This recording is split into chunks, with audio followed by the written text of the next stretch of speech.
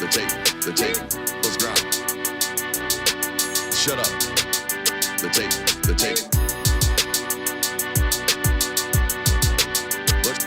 Let's grind. The tape. We do a little bit different around here. We ain't gonna play, shut up and grind the tape. Let's grind.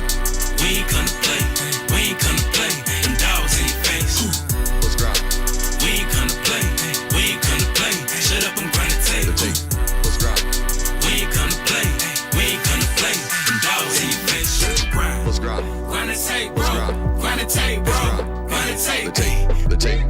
Let's grind. Grind the tape, bro. Grind the tape, bro. Grind the tape, bro. Shut up and grind the tape, bro. Grind the tape, bro. Grind the tape. The tape. Grind the tape, bro. Grind the tape, bro. Grind the tape, bro. The tape. UGA game day, boy, we ball out. Pull up, put the whole conference in the doghouse. Leave them 6 feet, see me on the win streak. All-star status, go coach, and the bench deep. Right. Offense on 10, how we run it? Your best ain't nothing, we gon' send them boys punting. Yep. Black and red, got them dead on arrival. Defense hunker down for the tie. Hey, you don't want it with the dogs. Film guy on it, you don't want it with my dog. Break it down, play by play, that's the day-to-day. They know we ain't come to play, boy, it's UGA. Kirby smart, I cannot play the fool. Back to back, we did not come to lose. Back to back like we got something to prove. Pay your dues, dog nation on the move. What's up? We do a little bit different around here. We ain't gonna play, shut up and grind the tape. The tape. We ain't gonna play, them dogs in your face. Let's grind. We ain't gonna play, shut up and grind the tape. Shut up. Let's grind. We ain't gonna play, them dogs in your face. Shut up and grind. Let's grind. Grind the tape, bro. Grind the tape, bro. Grind the tape. The Shut tape. up and grind. Let's grind. Grind the tape, bro.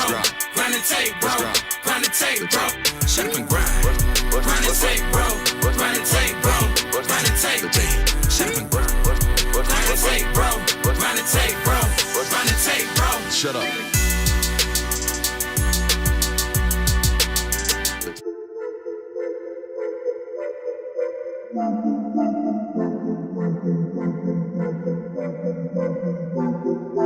Welcome in, ladies and gentlemen, to MBR, or as we like to call it around here, Nothing But Rants, the show where I find topics that I'm oddly passionate about and I pontificate upon them. These are not hot takes, but rather takes that I'm hot about. What's up? You really like that?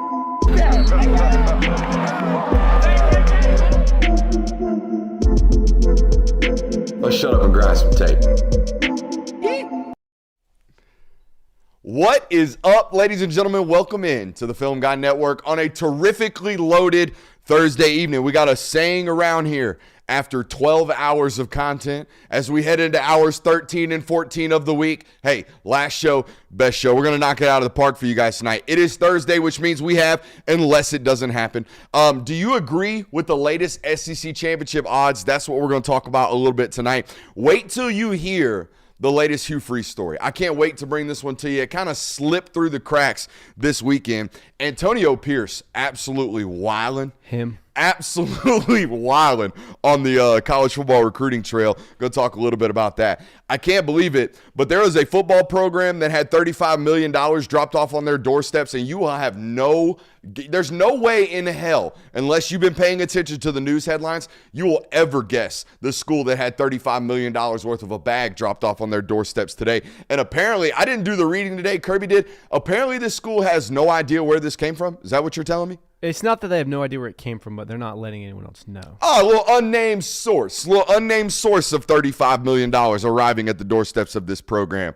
But there's no better way to start a radio program, a college football content program, no better way to do any type of content than rankings and list content. Rankings and list content are the lifeblood of talk radio and talk sports. So what better way to do it than SEC Power Rankings starting off the show tonight? No way, no reason to wait around. The answer is nothing. There is nothing better than rankings talk. So let's do this, boys. Here's how we're going to do this. We're going to SEC Power Rankings 1 through 16. I'm going to go up on the board and you can watch my kindergarten handwriting. But we're going to separate these 16 teams into great, good, and just plain bad. Are we ready? Let's do it. Let's do it.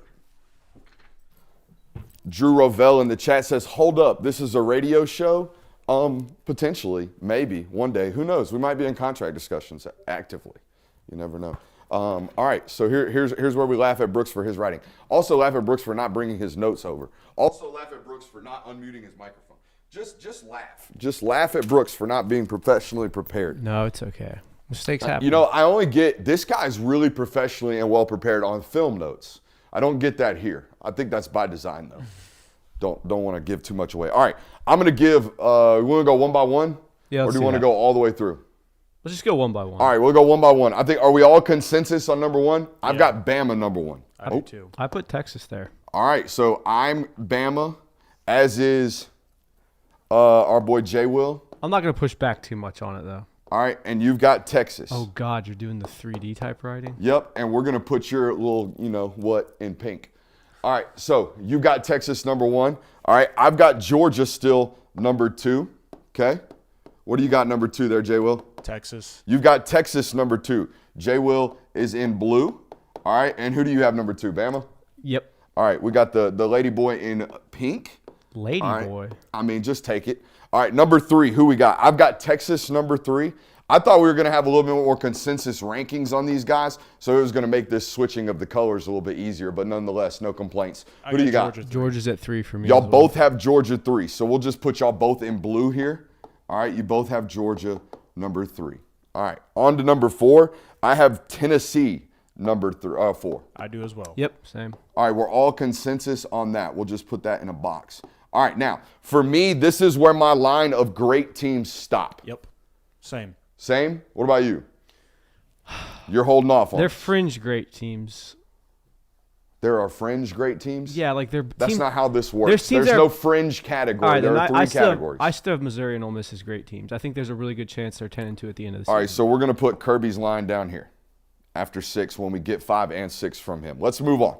All right, number 5 for me right now is Ole Miss. All right, obviously dropped one this weekend. I still believe in their high-end ceiling as a football team. Who do you guys got number 5? I have got Missouri Missouri at here. 5. All right, both of y'all in Missouri.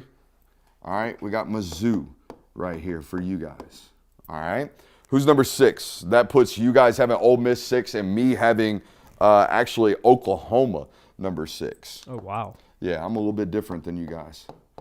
Oklahoma. I like what Oklahoma has right now in this young quarterback. I like the explosivity that he is providing, all right, with his legs and just the ability to create with the defense. They're going to be able to run the football now the rest of the year, I think, pretty consistently with this Hawkins kid. All right, who'd y'all say y'all have 6?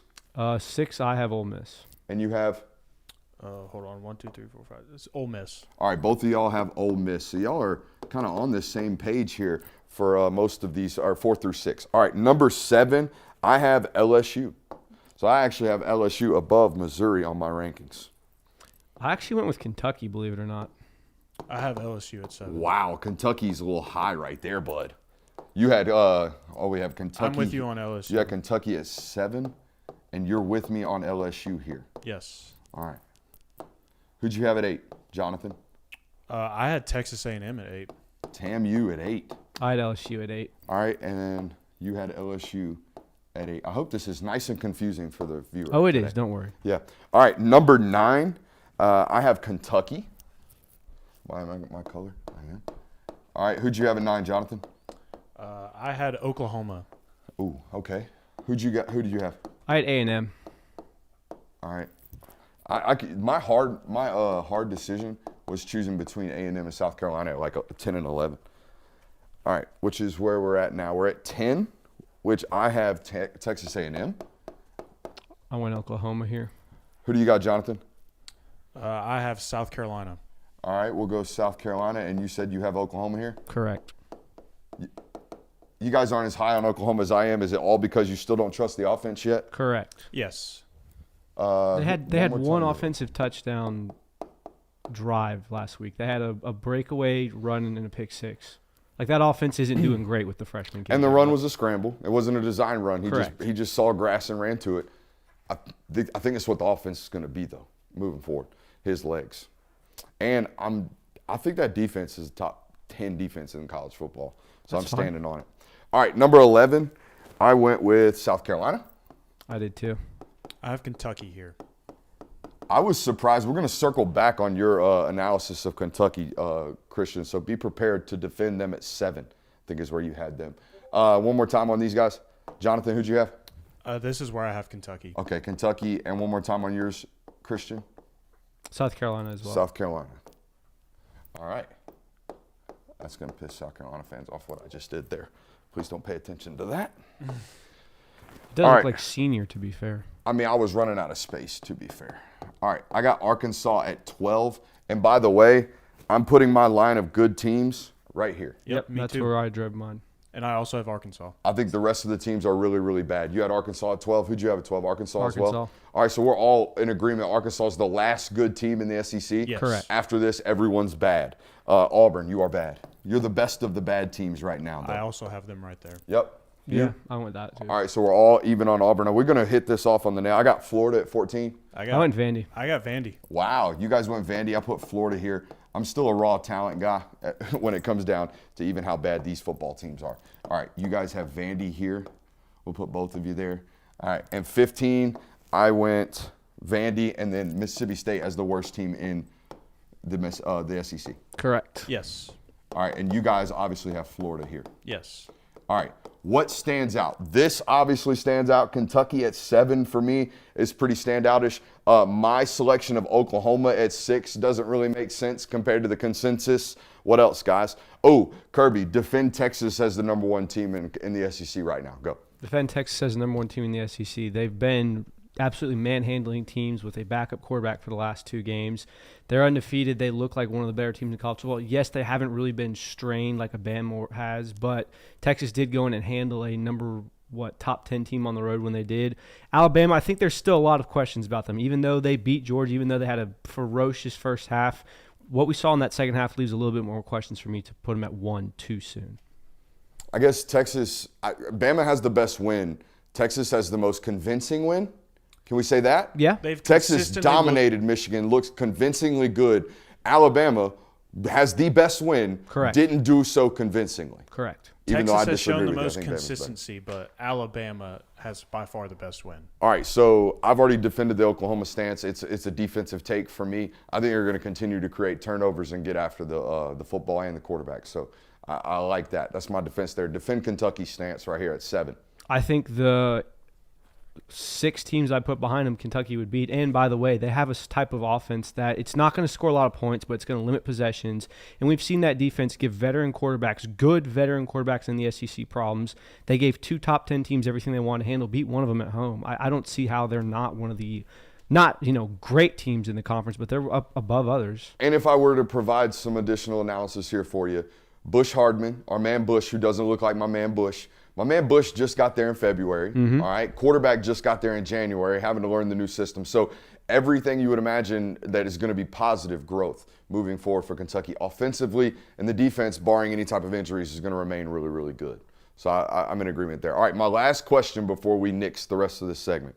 All right, which of these teams in this bad category, all right, could vault themselves out of bad and at the end of the year be like, they're pretty good? Man, the only answer that feels plausible is Auburn. Like, if the offense continues to grow, or starts to grow, I should say, not even continues to grow. If Peyton Thorne figures out the confusing Hugh Freeze offense, I think the defense is good enough for them to be competitive against other SEC teams. And the offense has moved the ball well. It's just a matter of protecting the football. So if they can eliminate that issue, I think that Auburn is one of these good football teams. But you turn the ball over too much and you shoot yourself too many times in the foot, then you're bad. Here's my only pushback there. There's the winnable games on their schedule were all prior to this. Yeah, they should have been 5-0. The rest of their schedule is brutal. I The just people don't- that were picking Auburn to win 8 or 9 games this year had them 5-0 at this point, not 2-3. I just don't see a world where Florida, Vandy, or Mississippi State become a good team.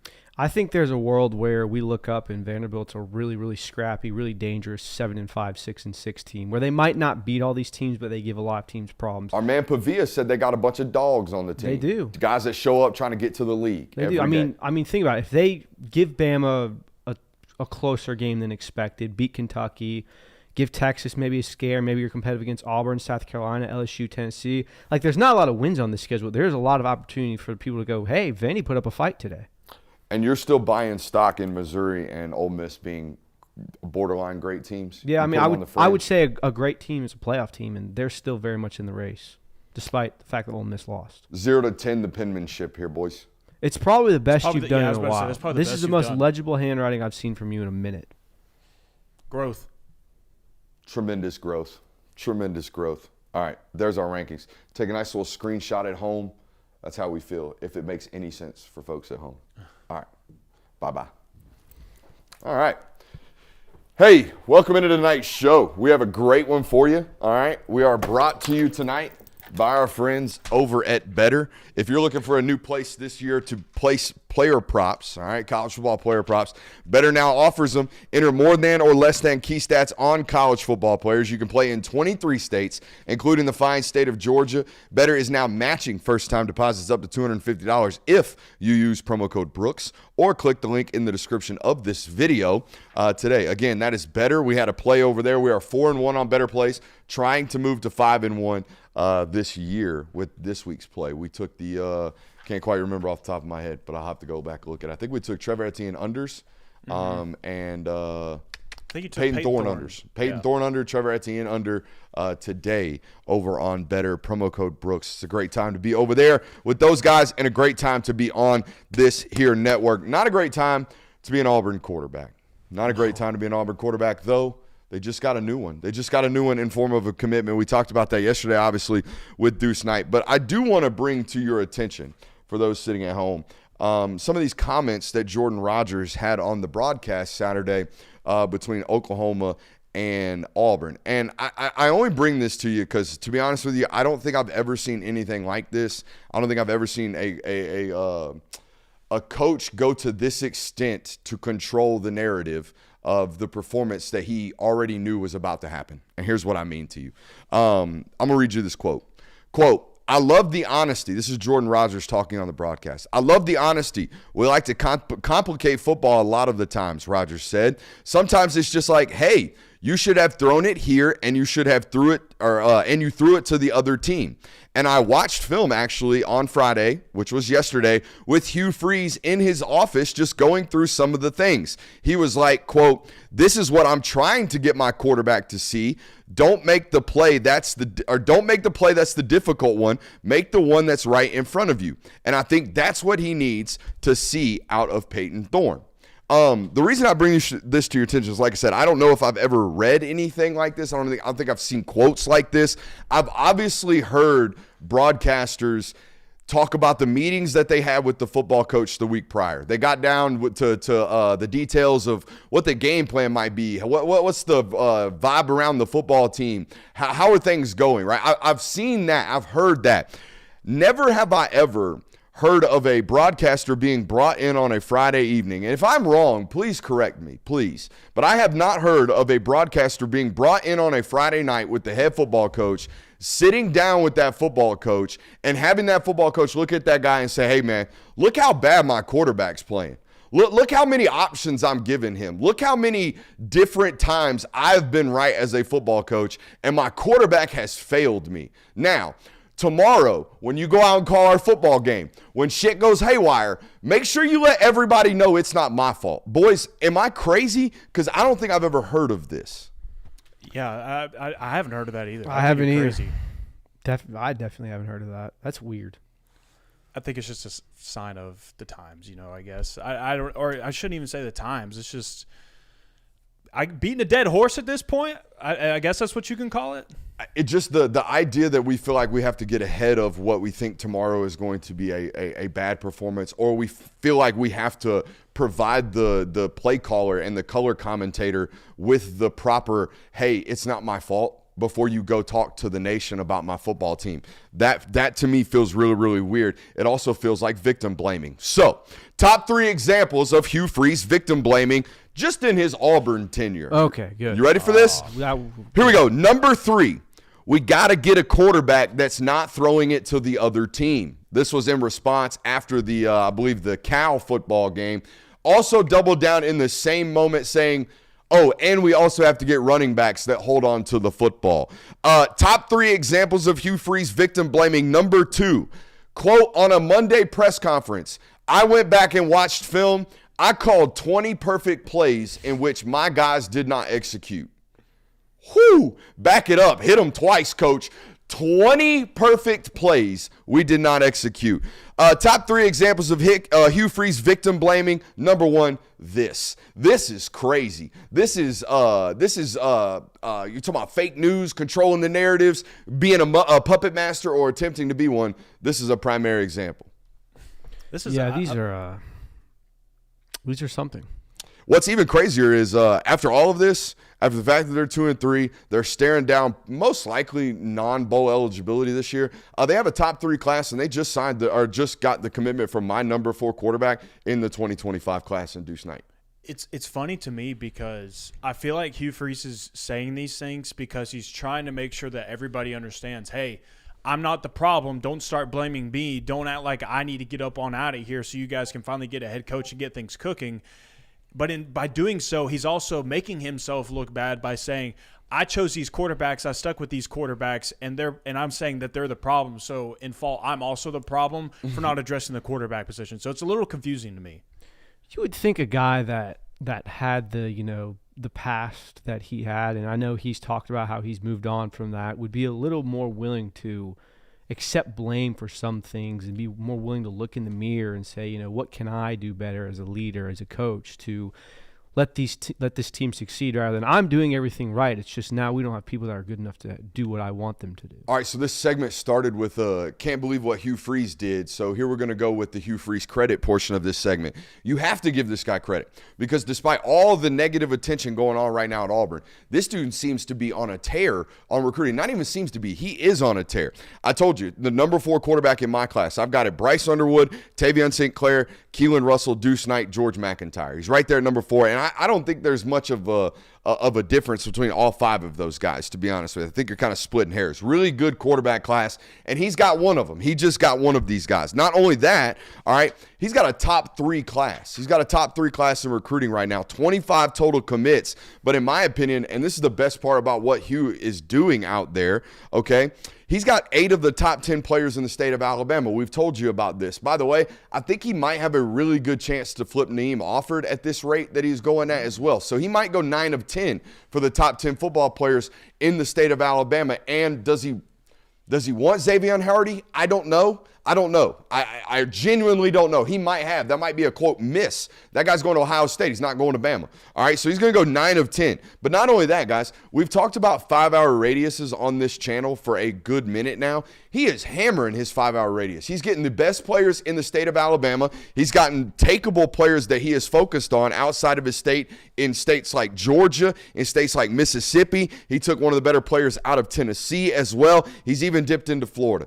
And here's the deal. You can't just do 5-hour radius. Sometimes nowadays, because you're a national brand or you have the ability to be a national brand, or these kids nowadays don't necessarily have to stay local because they're on social media. They see everything that is available out there in the world. So we don't necessarily have to hammer the 5-hour radius. Go out and take the national guys that you think you have the opportunity to land as well. He's done exactly that. He's landed guys from states like Iowa, I believe, and just different areas of the nation as well. Got a guy out of the DMV in the class. And here's what I'm trying to point out to you. When you hammer your 5-hour radius, when you hammer the in-state products, and when you go out and you selectively choose the recruitment you can land nationally for blue chip prospects, that right there is what we call a repetitive process. You can take that and you can apply that annually. You can go year after year and recruit really, really well if you have this type of strategy and you execute it well. This is why this guy has had 2 top 10 classes consecutively, and he obviously has the boosters, benefit and the boosters, buy-in, literally. My question to you guys is this quarterback blaming, this victim blaming stuff. My quarterback sucks. You can't do this to 5 stars. All right. No. So the moment Deuce Knight enrolls, the moment Deuce Knight gets there, you can't do this to this guy. I would imagine. He's got options. Peyton Thorne does not. I don't think you can do this anymore for the sake of having any quarterback ever in the history of football want to play for you again. I mean, this has clearly been a problem for a while if Bo Wallace is speaking out about it, and Bo Wallace hasn't played in 9-10 years. I mean, you're at a point now where I don't think it's ever been this publicized. So he's not received this much heat for doing this. That's what I'm saying. No. So, I mean, like, the public knows about it now to where if you're a 16, 17-year-old kid and you're reading about how Hugh Freeze treats his quarterbacks, that's not great. Yeah. I mean, I'm interested to see, too, and I don't want to just say that this is the only reason why he's getting kids, but I am interested to see the differences in recruiting when regulations happen. Because I think that you might see like some of these coaches or some of these programs take a little bit of a step back. Like maybe Auburn isn't staying in the top 5 range anymore. Maybe they're still top 10. Maybe they're top 15. I am interested, though, to see how that affects it. Would they be a top 3 class if regulations were there right now with a 2-3 record? Probably not. Probably not. Would they have momentum on the recruiting trail right now, despite the fact that their team is a dumpster fire? No. Probably not. I think that's safe to say right there. When regulations come, you're still going to have to win. Yeah, and I don't want to discredit what Hugh Freeze is doing because he is recruiting really well. And For sure. And he's surrounded by an immense amount of talent. So the recruiting is going to remain strong. The tactics and the recruiting and your ability to recruit as a staff and as a head coach, that remains the same. And that's never really been a question with Hugh Freeze to begin with. But that was just a point I wanted to make. Also, a point I want to make, and this is just me reporting other people's reporting. This is not me saying anything at all as to regards to the commitment that Auburn landed yesterday. However, Deuce Knight's NIL evaluation on On3 got a 73% bump last night. Cha-ching. Love that. Love that. Unless it doesn't happen, it is Thursday, boys, which means it's time to get some predictions in here. Love it. All right? What do you got for us? I'm starting hot. You ready? Let's hear it. Iowa's going to rock fight Ohio State and beat them at home on Saturday. And you heard it here first. You heard it here first right now. Iowa boxing that run game from Chip Kelly, boxing those receivers with those Iowa just strapping defensive backs. All right? Give me Iowa rock fighting Ohio State in the shoe this weekend. You heard it here first, unless it doesn't happen. I like it a lot. I like it's it. gonna happen. You don't? I mean, it's a 23-point spread, but it might. You never know. If anyone's got the recipe, it's the Hawkeyes to make that thing ugly. That's true. There's a lot of big spreads this week, and that's why I think we are going to have an upset. But we're not going to have an upset. We're going to have a top 10 upset. And we're not going to have a top 10 upset. We're not going to have one upset. We're not going to have two. We're going to have 3 top 10 teams lose this week. Huh? You heard it here first, unless it doesn't happen. Who are they? I'm not. We don't have to. I'm call not going to them. make that prediction. Yeah, we don't have to pick them out. It's just 3 of them. I'm just telling you, we're going to come up on Sunday, and you're going to say, holy shit, 3 top 10 teams lost this week. Who'd have seen that coming? Dubious. I did. Wow. That's a big one. Yeah, that is a big one. It's also very vague. Might be the most vague unless it doesn't happen we've had so far. 3 top 10 teams losing. I don't think any. Which ones? I didn't say that. It's just Doesn't 3. have to be. Doesn't have to be. That's I'm fair. telling you, this is a statement, a prediction on the week as a whole, not the 3 teams that are going to lose. You ever heard of the name Fernando Mendoza? I'm not talking about That's the new got to Mendoza. be a closer for the Dodgers. No, and I'm not talking about the Mendoza docuseries on Netflix either. I'm talking about the quarterback, Fernando Mendoza.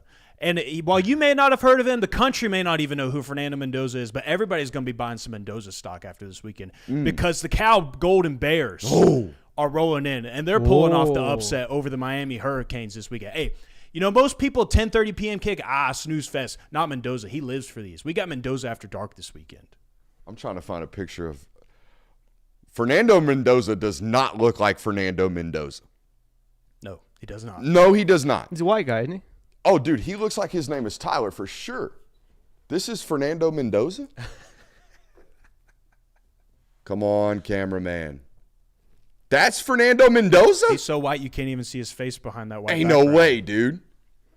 Yeah, actually, you know what? I do remember that because when they beat Auburn, he got like hurt his ankle or something. I remember thinking He's name's out for blood. His name's That's all I'm Fernando. saying. Fernando Mendoza.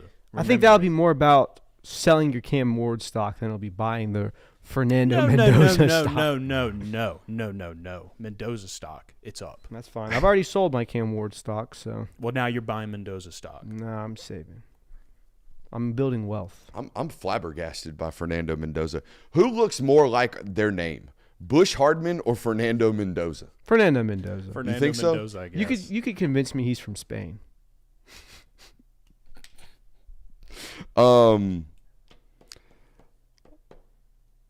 wants to go next? Okay. I got to figure out the I'll double pronunciation down. on this one. All All right, go ahead. I hate to do this because I see that we have a fellow Nebraska fan in the chat tonight. Oh, You're no. probably Shout out. not Oh, going no. to like me for this one. Oh, no. Have you But heard the pregame speeches lately, dude? Don't do this. Look, Rutgers versus Nebraska is starting to become a very interesting matchup. People are starting to talk about it because of the slate, trying to find some sleeper games. Game. It is a sleeper game, but it's becoming a little more woke right now. And I'm going to fully wake you up to this one because it's going to be a fun one. And I'm going to get really spicy with this one because Kyle Monangai not only is going to have a big game, he's going to rush for more yards than Dylan Raiola throws for. Whoa. And the Rutgers are pulling off the win. I will say this. Dylan's played really, really well as a true freshman. He has. They're making it – Rule's doing a great job managing that position right now, though. They are doing a lot of everything within 5 yards, and on 3rd and 9, they'll push it a little bit. 3rd and 11, they'll make him read some stuff, giving him some easy hooks over the ball, things like that he can read really quickly, and then taking deep shots. But that's about it, off-play action. They are running the football and protecting this young quarterback. He hasn't turned the ball over a lot. No, he hasn't. For being such a young Q and for being at a spot in a school last year that, my God, they were the Auburn of 2023. I mean, they couldn't hold on to the pill. It's been fun to watch Raiola at Nebraska this year. Laney and Sharon Martin Stadium is a death trap, ladies and gentlemen. Where? You heard me. Is this I heard MLS you. Soccer? No, better yet, it's Northwestern's women's soccer stadium. It's got a capacity of 12,000. But I'm telling you right now, if you think you could go into Laney and Sharon Martin Stadium and come out with all 4 limbs, you're mistaken. You are absolutely mistaken. Indiana in a sweater this weekend against them nerds from Northwestern. You heard it here first. They take their first L in Laney and Sharon Martin Stadium. Oh, Cigaretti's catching the L, huh? Mm-hmm. It's tough. You know who else is going to catch an L and is going? By the way, all jokes aside, have you seen the stadium that Northwestern's playing in? Yeah, the background's actually pretty cool. It's on the river. I don't know what in the hell is going to happen in November. Oh, it's funny. I think the week that we had talked about, the wind is just going to be absolutely ridiculous in that stadium. It ended up causing Northwestern to miss a kick against Duke that week. It's tough. Hate it for them. But the lake's going to be frozen in November, right? Doesn't it get like uber cold in Chicago? Isn't that where The Dark Knight was filmed, where they got the lakes frozen? Yeah. Isn't that real? Doesn't that happen like that? I mean, I'm sure. I believe it's so, very yeah. cold. Going to be interesting. Got any more? Yep. Talk about losing. Dave Aranda is going to be losing. Dave Aranda is going to be losing his job after he gets his ass kicked by there Iowa goes mine. State this week. Unless I was going the other way around. You can still give your prediction. I'm We going can the other have way around. contradicting predictions. Man's fighting for his job. Pinned up against the wall. Losing back battle. on it. Losing battle. And he's a good football coach. He Dave is. Aranda. He's gonna make Dave a hell Aranda of a fighting DC for for his someone. job pulls off the upset this week against Iowa State. Dave Aranda going to be a hell of a DC in 2025. Probably true. It's unfortunate. It is. He'll get hired so quickly. This might be a pretty outlandish one, and I hate. It's The unfortunate. whole purpose of this segment. It's unfortunate. Well, give me a second. It's really unfortunate for this program, but I do think that there actually is a world where this exists and this happens, and this is what we watch unfold on Saturday. Clemson versus Florida State turns into a running clock in the fourth quarter. Ooh, Wave I'll the go white next flag. then. I'll go next then because I think the mighty Florida State Seminoles are getting their second win of the season this year. Man, Fired. we are just contradicting one another tonight. What's the point of doing pre-show meetings? This is the fun. This is why this is predictions, dude. unpredictability. You want us to all give the same predictions? We can do that and just No, I'm good. good, I agree. I'm good, man. That's good radio. Do we do radio? You just said 20 minutes ago. It's a callback, bud. I got one more here. Marcel Reed plays lights out against Missouri. Lights out. Connor Weigman hits the portal Sunday morning. Check that. I believe that one. You heard it here first. That one seems Unless it doesn't pretty happen. reasonable. Honestly. I also just put this on here just to talk about, I don't know if you guys remember this, but in the spring, we were talking about quarterback battles. And Yes. I talked about how Elko was doing a good job of lying, basically. Like, buddy, we know Connor Weigman was your guy. That's what I talked about, right? We know Connor Weigman's your guy. So he was doing a great job of getting up there in front of the microphone and being like, it's an open competition. It's an open competition. It's an open competition. Even though we all knew it wasn't, right? We all thought Connor Weigman was going to be their guy. Turns out Connor Weigman, not great, right? Not great. They end up going to Marcel Reed. And the only reason Marcel Reed's on the roster is because I think some of this lip service that Elko provided during the spring. Now, it really, really helps. It really, really helps that, Marcel Reed's dad is a football coach. Marcel Reed comes from a football family. Marcel Reed's probably a little bit more patient than most highly recruited quarterbacks would likely be. History has shown me through this transfer portal stuff that coaches' kids normally get the playing time stuff a little bit more than others. I mean, if just to be local here, you take a guy like Jalen Walker. Jalen Walker waited his time at Georgia. Why? Coach's kid. I mean, he understands the process. Troy Bowles is going to wait forever at Georgia. You know why? Coach's kid understands the process, understands things like this. I think this actually does play a role here. But yeah, Elko keeping this guy on staff and his third stringer right now, because Weigman's probably told him I'm going to hang up the hat, or should probably. So he's still got his whole entire quarterback room intact, despite the fact that I would imagine most of those guys got phone calls this spring. Yeah, for sure. That's a good point. That's a good callback to because we were kind of dissing these coaches of like, oh, why are we doing this? Yeah, quit the lip service, bro. Like, we know. Come on now. You're just telling us that the grass is green. Like, there's no need for this. But it seems like potentially it may have paid off for at least one of these head coaches that did it. You got any more? Oh, let's see.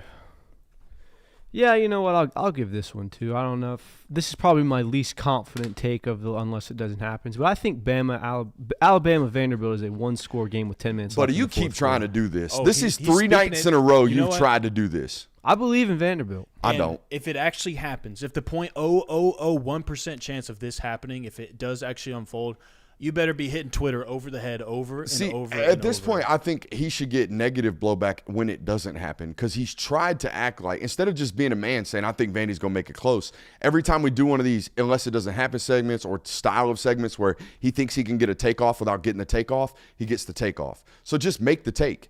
Do you think Vandy's actually going to do this Saturday? I think Vandy keeps it within 15. That's a lot softer of a take than what you've been trying to develop up here. Is that not the entire point of unless it doesn't happen? You got mad at me 2 weeks ago. You're like, dude, you're giving regular takes here. This is unless it doesn't happen. I think you just want to be mad at you got to be someone on the talking show. about Vanderbilt like you talk about Fernando Mendoza. You got to have some man. behind it, man. I believe. Say it with your chest. Diego. Go, Diego, go. It's me, Mateer, and Fernando Mendoza. Go, Diego, go. That's what I'm just going to start saying. Go, Diego, go. Pavia. Any more of these? Nah. That's all I got. All right. Antonio Pierce.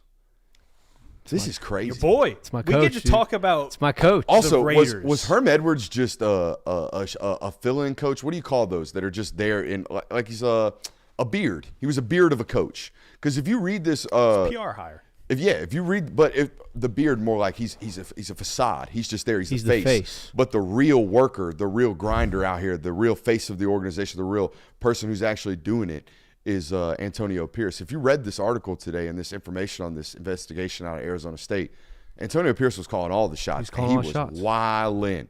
Let me read you some He of wants these. to win. He wanted to win. My favorites from the Antonio Pierce story today. Number one, and I don't know if YouTube's going to be out here wilding on this one, but he took prospects to a gun range out there in Arizona. Pretty sick. Took parents to strip clubs. Oh, the parents. Yeah, parents and recruits. Apparently just a Dope. singular parent, which that guy must have felt hella special. And the reason he got snitched on with the parents going to the titty bar, as my daddy would have called it, the reason he got in trouble was because the lady that he forced to be the DD that night wasn't exactly happy about it. He took a recruiting staffer and was like, hey, you're driving tonight. And she was like, I don't want to go to the bar. And he's like, doesn't matter. You don't have to go in, but you're driving. So she was out here, anonymously writing about this one. 15 weekends of illegal visits during COVID dead period, which basically means he was wilding the entire time. They were like, you can't have nobody on campus. He was like, who can't? 15 weekends during the dead period. Also during that time period, had tryouts during the dead period for local students on campus. And just the standard stuff, was out here providing meals and swag for kids as well. So, standard operations of recruiting violations. Now, Kirby, this your man's. Makes it perfect. This your man's right here. That's right. And he's getting all kinds of shit right now in Oakland because of in Las Vegas because of all the trades and all the things going on with his roster. And now he's got to deal with this. Defend your man's.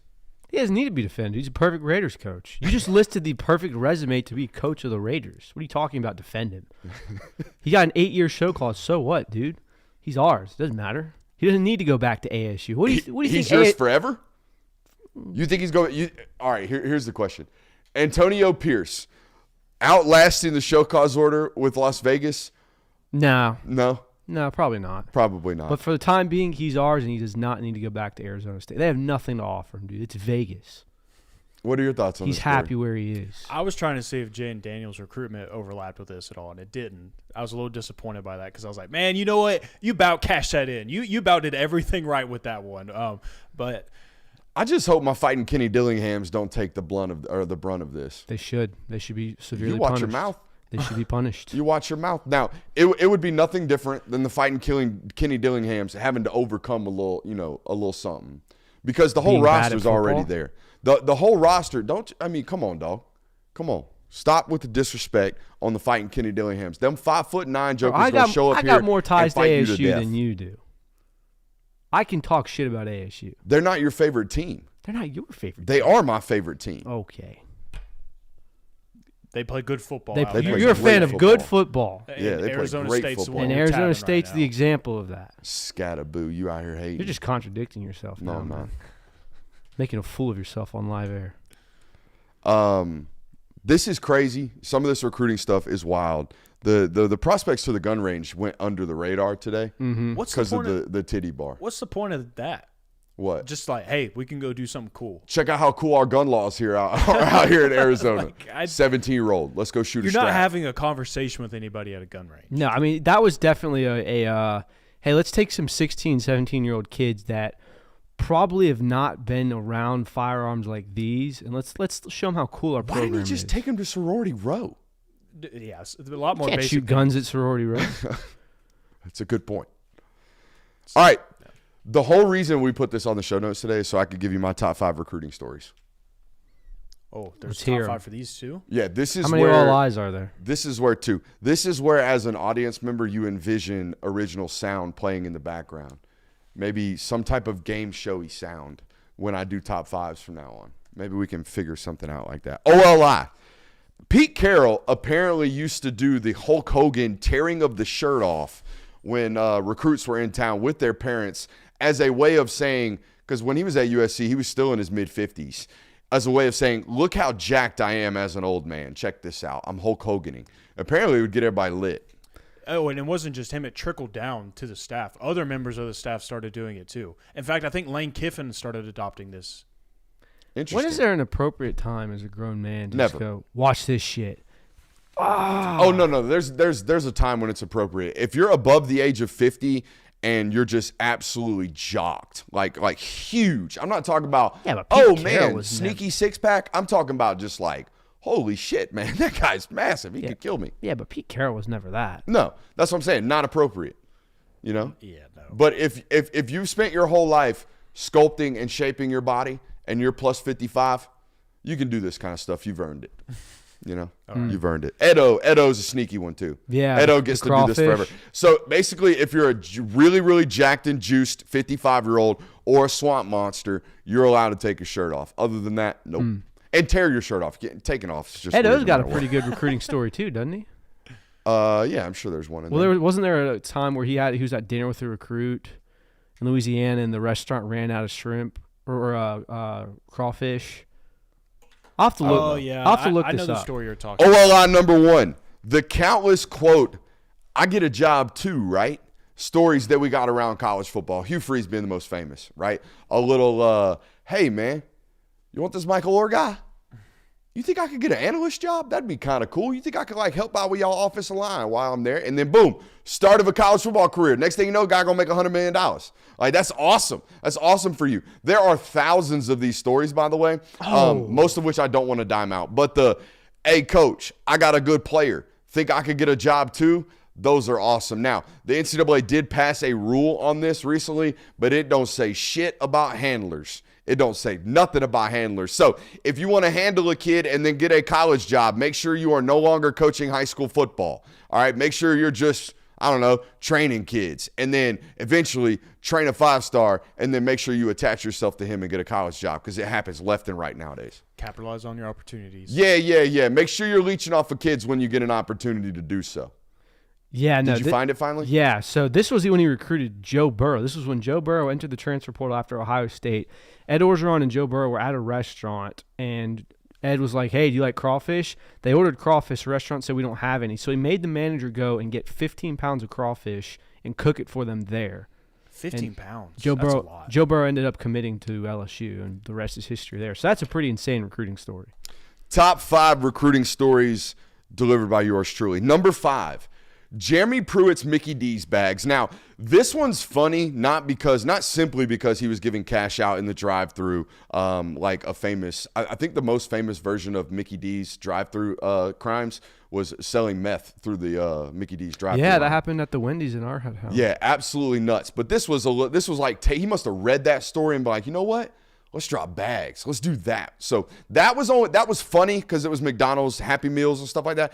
But it was really funny and unfortunate, honestly. Not funny because guys lost their jobs and they're not going to get jobs for the foreseeable future because of it. But it was funny and ironic because about 6 months after Jeremy Pruitt got fired for Mickey D bag dropping, everybody was just like, you know what, NIL, we can do this. And it's just wild train. And you know what? Matter of fact, it's even funnier because Tennessee's going to be out here wilding more than anybody. The first school that's going to be out here, hey, we gave a player $8 million and flew him on a private jet is going to be Tennessee. Like 7 months after firing their coach for cause, by the way, for cheating via McDonald's drop-off bags. Number 4, Eric Dickerson's Trans Am. This one's Iconic. famous because of the ESPN 30 for 30 on the Pony XS, I think is what it was called. Pony Express, I think.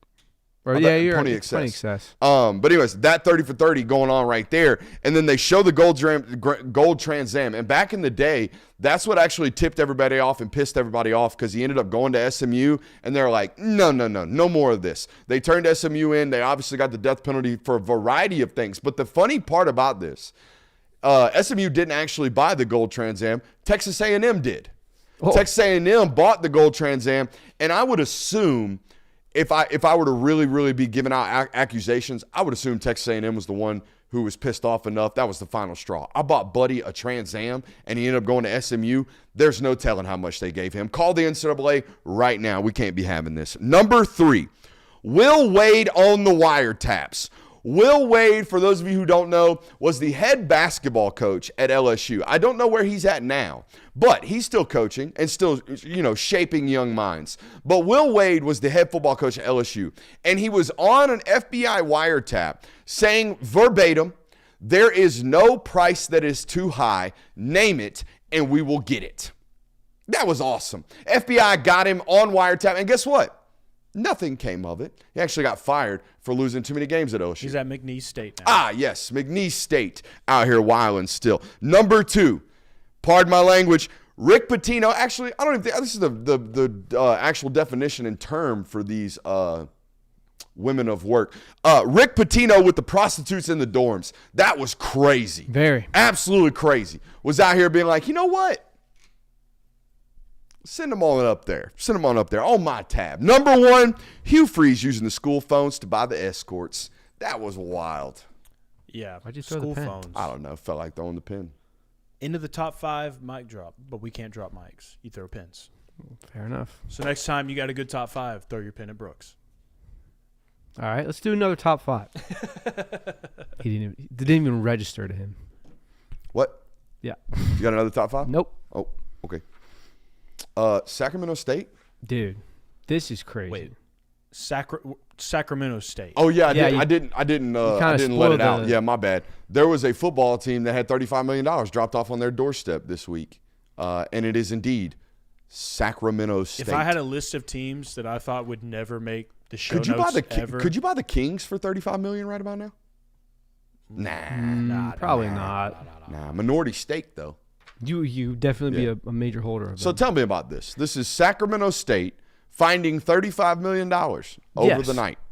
So $35 million, not just overnight, in 24-hour period, Sacramento State, the football team, raised $35 million in order to kind of try to get into the Pac-12. Now, it came from, quote, a group of local politicians and community leaders dubbed the Sac-12. The group, formed in September to help Sacramento earn its bid for an FBS conference, is setting its sights on the Pac-12 Mountain West. By the way, this is written by Front Office Sports, just to give credit to them. Shout out to you. The NIL fundraiser is one of several projects the organization, as well as the university, is embarking on to ready Sacramento State for the next level. If the funds do come through the $35 million NIL war chest, it would be an eye-popping number for any school, let alone an FPS program. The group did not specify who exactly made these lofty promises, saying that they only came from local businesses and community leaders and a local tribe. Now, I don't know. Tribe? Yeah. Now, I don't know about you. They got Indian money? Maybe not Indian money, but maybe, a group of people that support Sacramento State. Okay. I don't know about you, but I don't think college football is that big in Sacramento. If you said, Buddy, I didn't even know they had a team. they got a 34-16 loss against a school called Northern Arizona that's got a football program. I've made that joke twice now. good God. Yeah. So, yeah, this is – I just can't wrap my head around where the hell did this program get all the money from? They did beat Texas A&M Commerce 34-0. Oh, though. Commerce. The Yeah. Commerce Classic A&M. Commerce. And they got Nichols, too. They beat Nichols 34-7. Now, there's no On it. proof that this $35 million that was raised The unis are kind of exists sick, or I'm that not gonna lie. Yeah, they got or that they currently have it in their possession. It's just that they have, quote unquote, raised $35 million from a group of people in Sacramento and the local community and politicians that really want to see Sacramento State join the Pac-12. I'm talking about the quarterback, Fernando. He's watching the show now. Yeah, I'm watching the show. We got clipped, and someone's tagging you there, Jay Will. Fernando Mendoza getting your Fernando Mendoza take just got clipped. Let's go. Love See, that. that's what happens when you put some oomph behind it. Shout out Mayhem Matthew out here dropping bars on Twitter. We do need to find a clipper, someone that can clip the show while we're on the show to get more people to come watch the show. That would be kind of cool. What were you gonna say? They want to play football in the Pac-12? They want to join the Pac. They are an FCS program that wants to join the Pac-12. Now, obviously, the Pac-12 is kind of scrambling to get some teams now. It's turning everyone into the left. Mountain West. That's all it's doing. It's about to turn into the Mountain West with an FCS school. And the group, the Sac-12 co-chair, Josh Wood, said ultimately that the group hopes to raise $50 million in NIL funds. They have a goal of $50 million. They raised $35 million in 24 hours. This Sacramento State, an FCS school in California. Where the hell did this money come from? Maybe some tech money, I mean, gotta be, but right? I would imagine most of that $35 million came from one person. This isn't as gnarly as the guy that dropped off $67 million at Missouri and was like, whatever you do, don't tell people who I am. you don't think so? But Missouri's an SEC program that has national title aspirations and is winning games. This is an FCS program in Sacramento, California that raised $35 million in 24 hours. To get into a non-existent conference. I mean, it's an existing conference now. It's just – and it's definitely a upward move for them. It's a cool story that you got a lot of bread to your program. But I don't – if you're shooting way too far, I feel We've like. seen multiple of these examples of this. Missouri's notable, obviously, the Sacramento State one. FedEx gave Memphis $20 million just out of nowhere. Did you see the scoreboard that Georgia Tech is getting? Why are they spending money on a scoreboard? Oh, they're putting a bunch of money in the football stadium right now. They're redoing the suites, the boxes, and everything. This scoreboard is branching all the way across the back end zone. They need to redo the damn concourse so you can walk up to sections easily. This seems like something that you struggled with. Yes. Freaking stadium built by engineers and none of the stair sets. Well, that stadium hasn't necessarily been renovated since like 1996. This is true. That's fine. Then the engineers 30 years ago were idiots. Do you know why it was renovated prior to 96? The Olympics. The Olympics hosted a lot of events. And they would – I took a recruiting visit to Georgia Tech. I don't know why we're spinning into this because we got time to burn. That's why. Always love pulling the shade back on the audience every once in a while. But I remember going on a recruiting visit, and they were using that as like a recruiting pitch. We had the Olympics here, and all of this equipment was used in the Olympics. I'm like, buddy, it's 2013. we need new equipment. We need new dumbbells, bud. Y'all are a Power 5 school. They've since upgraded some things, but you've done post-game press conferences in that weight room. That's the weight room that they use. Or were you with me? He was with you that time. Yeah, that's the weight room that they use. That's their – Not great. Yeah, it's, a lot of high school places nowadays. It would be a really, really nice high school weight room. Yeah, Dallas football players would come over there and they'd be like, my high school is a little bit nicer. You know? We've got some odds update on the SEC championship game. Oh, yeah, that's right. Can you read these off to me? I can. I think Texas is the favorite right now to win the SEC championship at Texas plus is 200. the betting favorite at plus 200. Shortly behind them is Alabama at plus 220. Would you like to guess who's third right now? Ole Miss, Georgia, Tennessee. Tennessee's at plus 450. Georgia's right behind them at plus 550. I would be shocked if you guessed the fifth team. Missouri. Nope. Kentucky. Nope. Who? Texas A&M. That is a little bit shocking. It's a major drop-off, though. It goes Georgia plus 550, Texas A&M plus 2,000, and then LSU plus 22, Ole Miss plus 2,500. Very weird that Ole Miss is this far down. I get it. They have a conference loss. They have more conference losses than the teams that were just listed before them. But, man, one conference loss and you send you tumbling that far? Very reactionary. It is. It is. That's obviously like predicting that, this is going to happen again. Someone else is going to do it to Ole Miss. And by the way, they have Georgia. There's also an undefeated top 10 team that has plus 2,500 odds, Missouri. 4-0, hasn't lost a game, hasn't looked great against certain opponents, but still very much in the thick. Plus 2,500 odds, have worse odds than Georgia. All right, apart from the road game at Neyland for Alabama, and I guess you could say Missouri at home, LSU on the road, Oklahoma on the road, there's some tough battles here, but if Tennessee doesn't get them, who is? For Bama? Yeah. I'm just trying to figure out right now who we think is going to be in the SEC championship game. I would presume it's going to be Bama and Texas or Bama and Georgia. Like it's going to be two. But of we those. think we're giving Bama a spot right now. Yeah. Yeah. That's the only one we know. We feel pretty good about being there. And I think I think people would be saying the same thing about Georgia if they came out on top. Yeah, whoever won that game. Whoever won that game, people are going to be saying that team's going to SEC championship. Well, Georgia was, one play away. One moment short. Yeah. Seems to be the MO there with that one for a while now.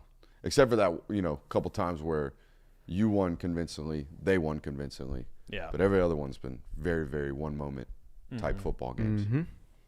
All right. I'm good. I'm not going to drag this hour out anymore. We got a whole nother hour coming up right now, and it is indeed our local hour. Stay tuned.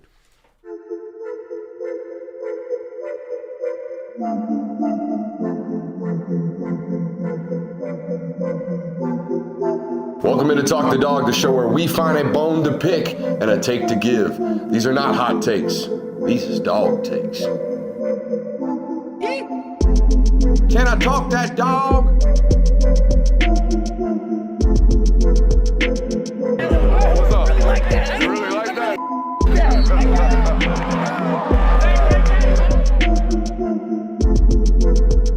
Let's shut up and grab some tape. Trey Young at Cloud. The Atlanta Hawks are practicing a Stegman this week. That's right. Welcome back in. We have a loaded local hour for you guys tonight. Been a very unfortunate week of content for us because of how much local sports we are battling. Mm-hmm. We battled the Braves 3 nights this week, and we battled the Falcons this week. So Prime time, right baby. Now. I think they're tied with the Eagles. Actually. Ain't nobody scared. I think tied with the Eagles. Excuse me. The Bucks. The Bucks. They're down 10-7. Who wants to watch Atlanta sports, man? You'd be surprised. I don't think I would be. They're professional organizations. They have large audiences. I don't think I'd be surprised by that. All right, welcome into our local hour. We got a great one for you. We got player props brought to you by our friends over at Better. Sunday's headlines today brought to you by yours truly. Impact players for both football teams coming to you tonight. This or that little game we debuted, I believe, last week. We're bringing back again this week.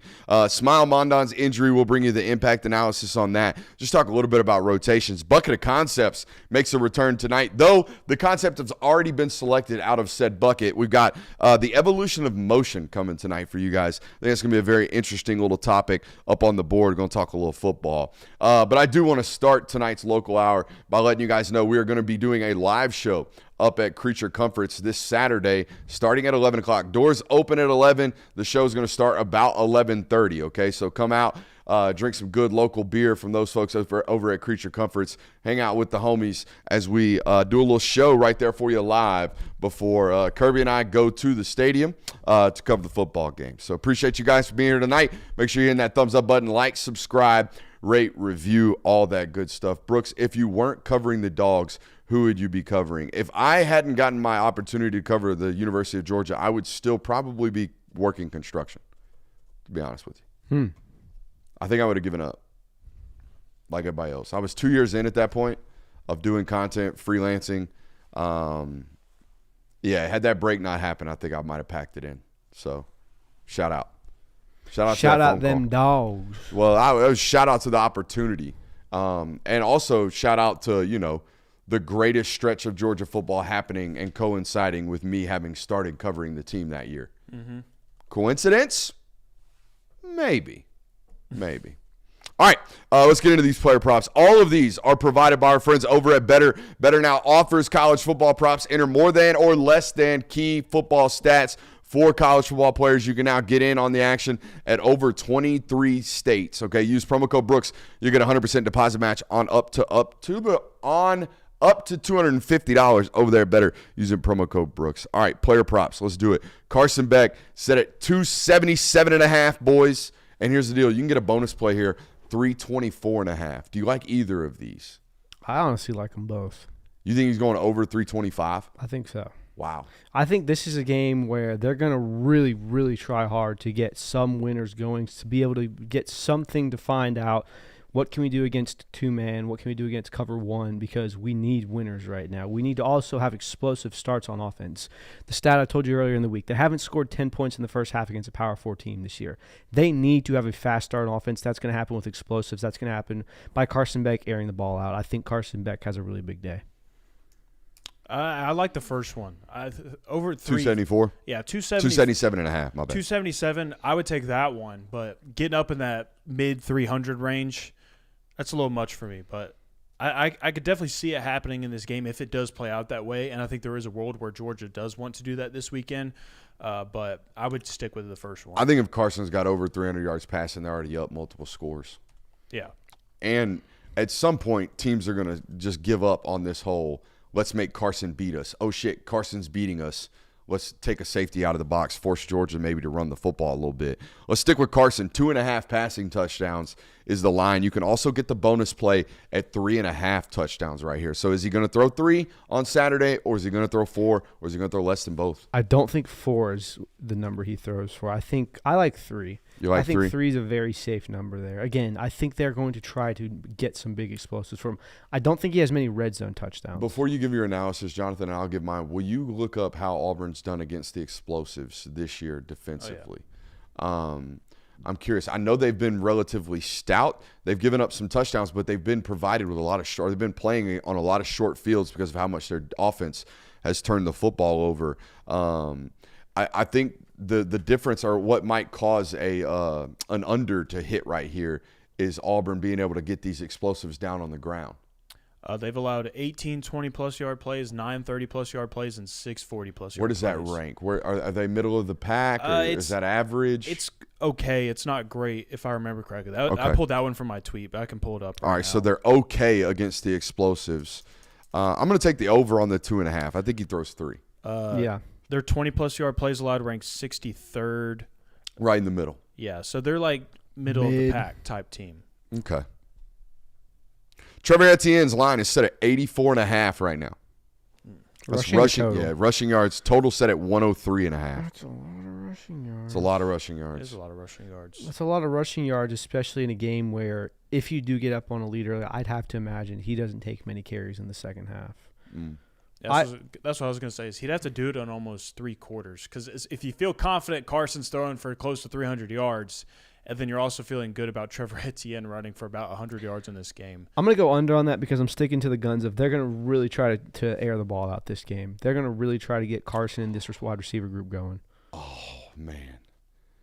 If anything will make me fall off the wagon, I'm looking at the chat right now. Anything that would make me fall off the wagon, it would be an apple, Crown, and Sprite. Crown Apple Sprite, dude. Oh, my God, dude. I get the shivers just thinking about it right now. Holy shit. Woo! That was good stuff. I'm more of a peach guy. I had a Crown wall in my Crown college. peach and lemonade. My college dorm delicious room. as well. Mm-hmm. We should stop talking about this in front of him. Good times, brother. Good time. Nah, man. I'm 10 toes down strong. That's one for those counting those tonight. All I'll take the over on 84.5. I won't go the total over 103.5. Yeah. Even though they did design a screen for him, last week. Maybe get him another one of those. Might get an explosive pass out of the guy. That'd be kind of neat. I think that also might be a sign of we need to get Trevor Etienne the ball, even if they're loading boxes. Like, let's just find some type of way to see what he can make shake. Get in your bag, Bobo. Amen. I maybe one day we'll Patreon film study those Auburn days of him really, really being creative with the run game, even though it'll probably flop like the Auburn film study did this week. Bobo Baggins. Bobo Baggins. That was the debut of Bobo in his Baggins. Yeah. We even had an edit for him every time he'd flash it. Because our community is elite. Yeah, community is absolutely elite. All right, so we're all taking the I took the over on the 84.5, and we're taking the under on the 103.5. Dominic Lovett, receiving yards, 54.5. I like Over. that. Give me over on that. Yeah? I like that odds. Y'all all jumped on that really quickly. I think he can hit. Dom Lovett's the type of guy that's going to either have 3 catches for 20 or 5 for 70. I feel like Jameson Straight, who hurt you? I feel like Dom Lovett. I can get behind that. Dom Lovett I know hovers you in can. the 60-yard range. I feel like he's always good for around 60. I gotta go get my laptop charger. Ah, Oh, all right. unprepared. I have the notes, dude. Unprepared. I have the notes I in think my I head. offended him with that one. Sorry. My You think he apologies. treats this like a diary? Let's not debrief right now. Yeah, y'all did a great job filling air just now. No, I had fun with that. I think we did do a good job. Player props. All right. Arian Smith, 56.5. I'm assuming that's receiving yards. Arian Smith props are. What a smart ass. What do you mean? Do they give him? They give him end arounds. They give him end arounds. But don't. Yeah, but it also sometimes that ends up being it could be a catch too. Arian Smith props are always so intriguing because part of you is like, man, that's one catch. That's one Arian Smith play, and he covers that easily. But it also is just like you never exactly know how that's going to play out. It also requires that presenting itself in the football game.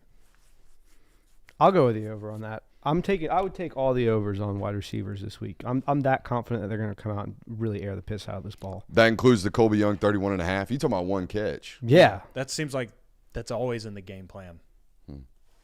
Got to have him play bigger. And it's weird. He plays big sometimes, and didn't play necessarily big in the critical moments of that football game. And I'm talking about like play like you're 6'4", play like you're 210. And I want to see it at the high point. I don't want to see you be 6'4", a back shoulder ball in the middle of the field. And he's shown some of the high point ability in the red zone. I want to see it consistently. I guess that's what I'm asking for, is consistently playing big from that guy. All right, let's go to the Auburn side of things. Again, with the one catch thing here, Lambert Smith, 48.5. Yeah, I was going to say in the show. This might be later, a good over. He's That's the a good explosive over. guy. He's the one that they're really targeting. I would say over. That's one RPO slant and one back shoulder ball. That'll hit right there. Cam Coleman, 33.5. He is doubtful in Yeah, I this was going to matchup. say, does he play in this game? He's doubtful. If he plays, I'll take that. He's pretty explosive. Even if he does, you might take the under here because he's limited if he's healthy, yeah. right? And he might not play. So if you can get this, you might go ahead and take it over on better right now, knowing That's a that he good is point. doubtful. He's not questionable. He's doubtful. So you have the opportunity to hit this even with him not playing. a very Even if he good does, point. he's probably banged up. Jarquez Hunter set at 52.5, which felt really low. Is that rushing or That's total? rushing yards. He didn't have a total line. I'd take it. I would too. Georgia's always done a really good job at stopping the run, but there's also been more often than not this year they've had guys that can put up some.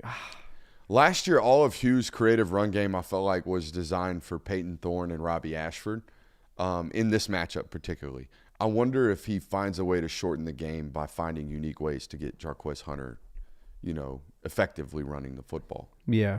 Might be an avenue to success for them. But, I mean, they've had turnover issues long predating last week's football game. And Peyton Thorne still had 35 attempts in that game. Yeah, he threw it a lot. Still had 35 attempts in that game. So it's not like they're, let's Kentucky this bitch to a victory. They ain't trying to do that. They're still trying to drive the football down the field, Yeah, they are. which is very intriguing. All right, we good on the player props? Was that all of them? Shout out to those friends over at Better. We just got a super sub. Hey, guys, don't a lot of teams employ RPOs in modern football? Why does Hugh Freeze's offense seem to turn the ball over more? It's a great question, Alan. The propensity to run them, the frequency with which he runs them as well. His RPOs we saw on film aren't exactly the easy ones either. It's not like the picture's 100% clean all of the time. But the answer is what I said first. He doesn't just run 5 or 6 of them. It's the core principle. It's the core building blocks of his offense off of this RPO. In fact, when you listen to coaches talk about Auburn, that's what they talk about. We have to stop the RPO today. We have to find out ways to stop the RPO today. So teams are spending the whole week figuring out ways to complicate those looks pre and post snap. And other than that, I mean, it's been repetitive for 10 years now, 11 seasons as a head football coach of this being the issue. So I would imagine it probably boils down to the way that he's teaching these things and the inability to change. That's what I was saying. I mean, Ole Miss offenses 8 years ago were really, really scary because of this. I mean, Hugh Freeze even talked about how Nick Saban complained about changing the rules and moving the receiver downfield or ineligible receiver downfield line back because Hugh Freeze's RPOs are just killing the game. The problem is when you've made that your sole scheme for your entire career, coaches have picked up on it. Now, the game's adapted. Players have gotten better. You are better prepared to stop these types of things. And I think Hugh Freeze's ace in the hole is kind of getting a little worn thin now because you've been spamming it so much because you might not have the best talent on the field. You might not be as talented enough to defeat the teams you're playing against, so you have to rely on your best schemes. Well, now your best schemes are getting figured out. Mm-hmm. You got any thoughts? The turning your back on the RPO is really weird. Yeah, that's the thing crazy. I keep going back to. Yeah, it's like, wow, that's hard. That's hard to do. All right, let's do it. Give me three impact football players in this game. We're going to do both sides. Let's start with Auburn. All right, we've been talking a lot about Georgia, obviously, this week. Let's update the fans that are listening tonight on who this Auburn football team is. Impact football players for me on the Auburn side of the ball obviously start with Peyton Thorne. His performance and whether or not he can protect the football is the most impactful thing and the most impactful point of analysis going into this football game, considering how he's played this season. Now, they have 9 interceptions. He has 6 of them. Hank Brown has 3 of them. So our man Hank didn't play a lot of football and turned it over really, really quickly, which kind of, hammers the point that we're talking about. It's not just the Peyton Thorne issue. It's kind of the offense as a whole. The backup was even doing it just as bad, maybe even worse. So his performance will obviously impact this football game. We've talked about it. Keandre Lambert-Smith is their biggest weapon in terms of down-the-field explosivity, right? Their ability to flip the field really, really quickly is all off – that's a bad snap. Was all off number 5's ability. It has been so far this year. He's really, really big. He's really, really fast. I feel like Auburn kind of always has one of these guys in years past. One of these guys that can get over the top and win a 50-50 ball if presented the opportunity. And my last guy, the only defensive guy on the list today, Jalen McLeod. He is a defensive end that is very short and stocky. 6'1", 236 pounds, transferred in from App State. Already has 3 sacks on the year. I selected him over a guy like Keldrick Falk because of his skill sets, particularly providing a very unique challenge in terms of speed and twitch off the edge. That, in my opinion, is what offensive tackles from Georgia have struggled with this year. Hey, let's give him 3. Who's up next on the Auburn crowd? I can go. All right. Go for it. I did 2 players as one because I think they're going to have the same impact. I have Keontae Scott and Keon Lee. With Champ Anthony hurt, you're going to need corners to have big games here. They're going to be the most impactful players, especially when you're a team that wants to run man a good bit against Georgia. I think you're going to see a lot of 2 or 1 high looks just because of until Georgia forces you to that until Georgia shows you that they can throw the ball downfield. So I think that Keon Lee and Keontae Scott are going to have a big impact on not only Auburn's success, but what the philosophy defensively looks like for this game. Number 2, I have Jaquez Hunter. I think if he can be a guy that can get you 3 yards in a cloud of dust, kind of a guarantee on 3rd and 2, fall forward for more yards, that's going to be really big at extending drives and limiting Georgia possessions, possibly keeping you in this game. And then Cam Coleman. I think that he's kind of the explosive guy. If he plays, it's going to be a really, really big issue. If he can get a couple of shots down the field for Georgia, look out for him. Hey, that boy Christian Kirby, give him 3. Go ahead, Jay Will. I'm going with another defensive lineman for one of my picks. I'm going Keldrick Falk. He's a defensive end for Auburn. He has 5 tackles for loss and 3 sacks. I saw Keldrick for the first time at a Dex Preps camp in Birmingham in February of 2020, right before the world shut down. He was 14 years old, and it was very clear, you're an SEC football player, dude. You're going to be great. He turned out to be way better than I even thought he would be. He was an immediate player last year as a true freshman. Yeah, he's been a good football player for Auburn, and I think that he's going to have to play an impact role on Saturday. If Auburn's defense is going to have any type of success against Georgia, you got to get Carson Beck off a platform. You got to make him move the pocket, and you got to kind of make him play off script a little bit. So I think he's going to be an impact player. I'll go with another wide receiver. I'll go Perry Thompson for Auburn. He's been another one of these big names, and especially if Cam Coleman can't go, he's likely a guy that they're going to start leaning on. He's also a freshman alongside of Cam Coleman. So one of the two guys that they've been really trying to get into the mix this season and make him have one of the big roles. You said him, but I'm going to keep him on my list. Kayan Lee. Probably sounds familiar to Georgia fans, and it should, because he was a former commit at one point to Georgia, ended up decommitting, ended up at Auburn. He is one of the safeties. He is an impact player for them on defense, and he's going to have to be – and he's going to play a role on Saturday because that's what teams have kind of forced to do, and they kind of put their safeties in some big opportunities, and he's going to need to make some impact plays on Saturday if they're going to shut down Georgia's offense. Plays corner for them. Corner, sorry. Yeah, but no, it's still a pivotal role for those guys, and he's played really, really well. You were right to say, I mean, he was one of those Cedar Grove guys that was one of the many that was committed to Georgia. Georgia kind of faded on his recruitment towards the end of his senior year, ends up flipping to Auburn, also showed interest to Ohio State at one point. I think the reason Georgia kind of faded on him, he's only about 5'11". He's not like, but he reminds me, honestly, a lot of Kamari Lassiter. I don't know if he's that skilled with the ball in the air, but from a height, weight, speed, you're going to have to win today because you're an absolute fucking dog. That's the way Kayan Lee plays. He's going to get in your face. All right, so I like that selection. You got all 3? Yep. Hey, that boy, give him 3. All right, we're trying to figure out right now on the fly what high school football game we're going to tomorrow. But let's go to the Georgia side of things here. Taking a couple weeks off from high school football. I'm getting an itch. Got to get back out. All right, number 1, Anthony Evans. I think it's a massive week this week to potentially get him, action and get him a lot of action. I saw him on tape multiple times against Alabama running to a lot of grass. Now, a variety of reasons why he didn't get hit on those, whether it was a situation where Carson didn't have the play figured out until 7 seconds left in the play clock. Looked like there was some chaos pre-snap. Post-snap, he gets moved off his spot. Anthony Evans is running to grass for a touchdown. We don't see him. We don't hit him.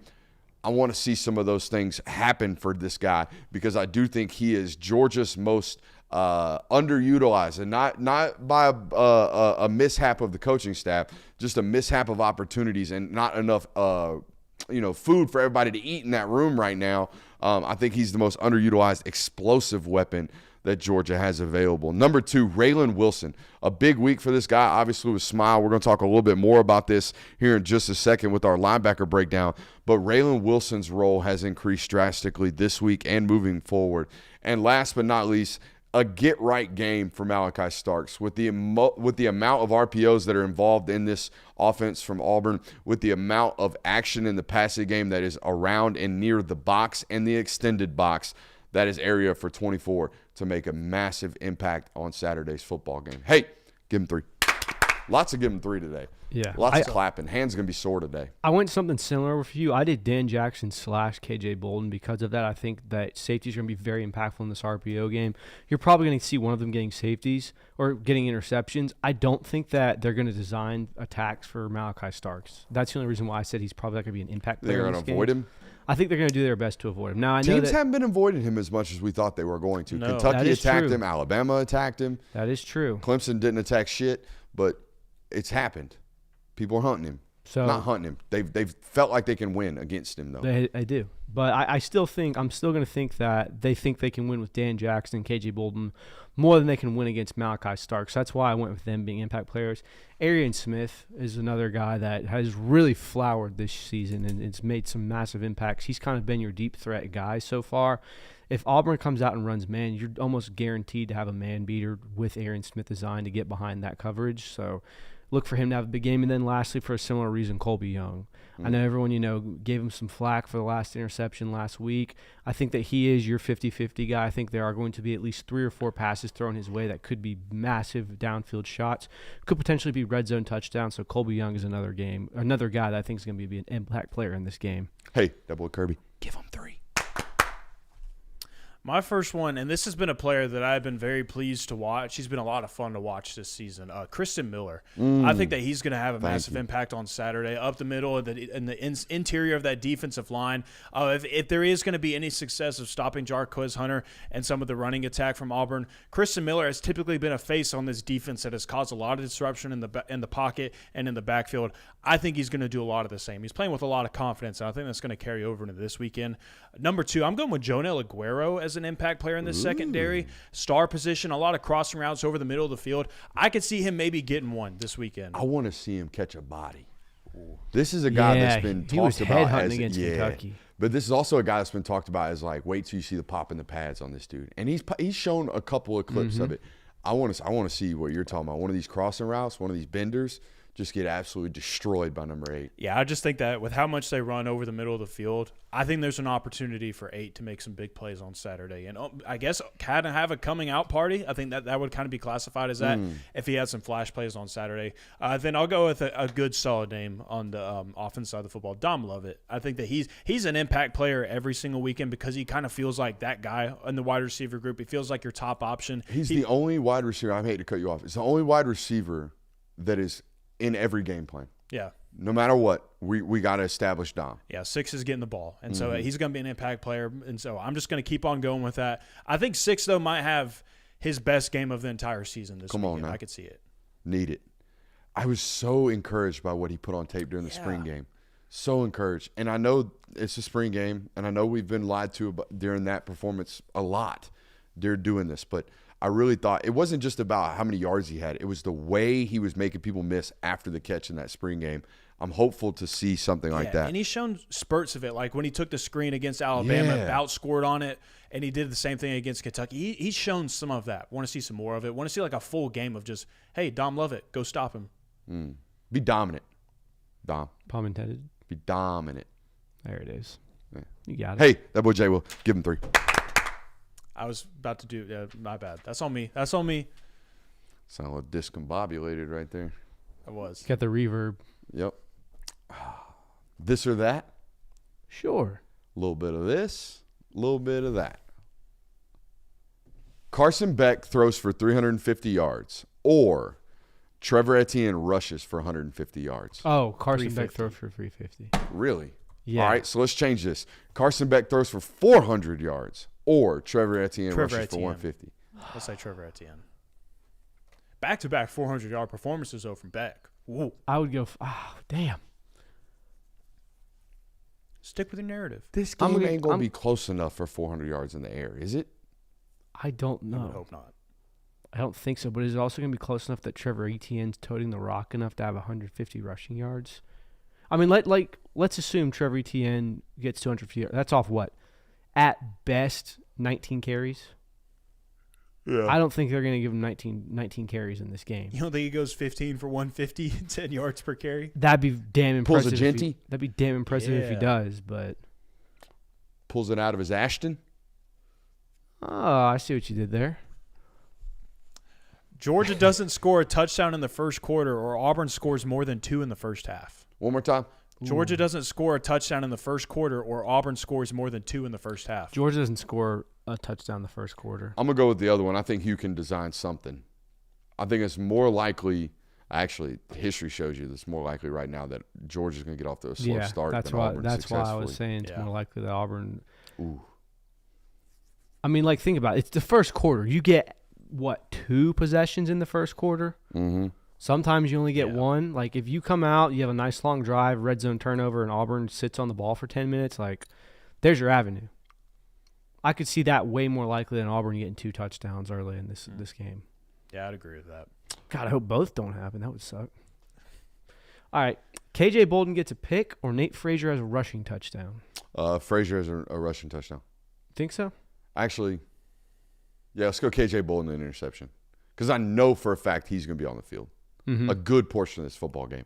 I don't know for a fact that Nate's going to be on the field for a good portion of this football game. Yeah. Okay, then I'll ask you one kind of following in that similar line, but a little different. Anthony Evans has a touchdown or Nate Frazier has a touchdown? Anthony Evans. I think they're going to try to work Anthony Evans into the offensive scheme, especially after what he put on tape last week. Georgia forces 4 turnovers or Georgia forces 0 turnovers? 4 is a lot. 4 is a lot. 4 is a lot. I think I would go 0 on this one, honestly. I think Hugh Freeze is going to be is so damn scared of turning the ball over and you know that becoming the narrative around his team that he might play things a little safer than normal. I think that's more likely to happen than him just saying, all right, we're going to run our offense. Peyton Thorne, if you throw 4, you're in trouble. Just to let you know, Auburn has 2 games of 5 turnovers. I believe it. And see, I don't And see, just 1 with 1 turnover. 0 football games without a turnover. I don't see Hugh pulling it back because Hugh has been telling everybody, I'm drawing up the great plays. I'm drawing up open plays.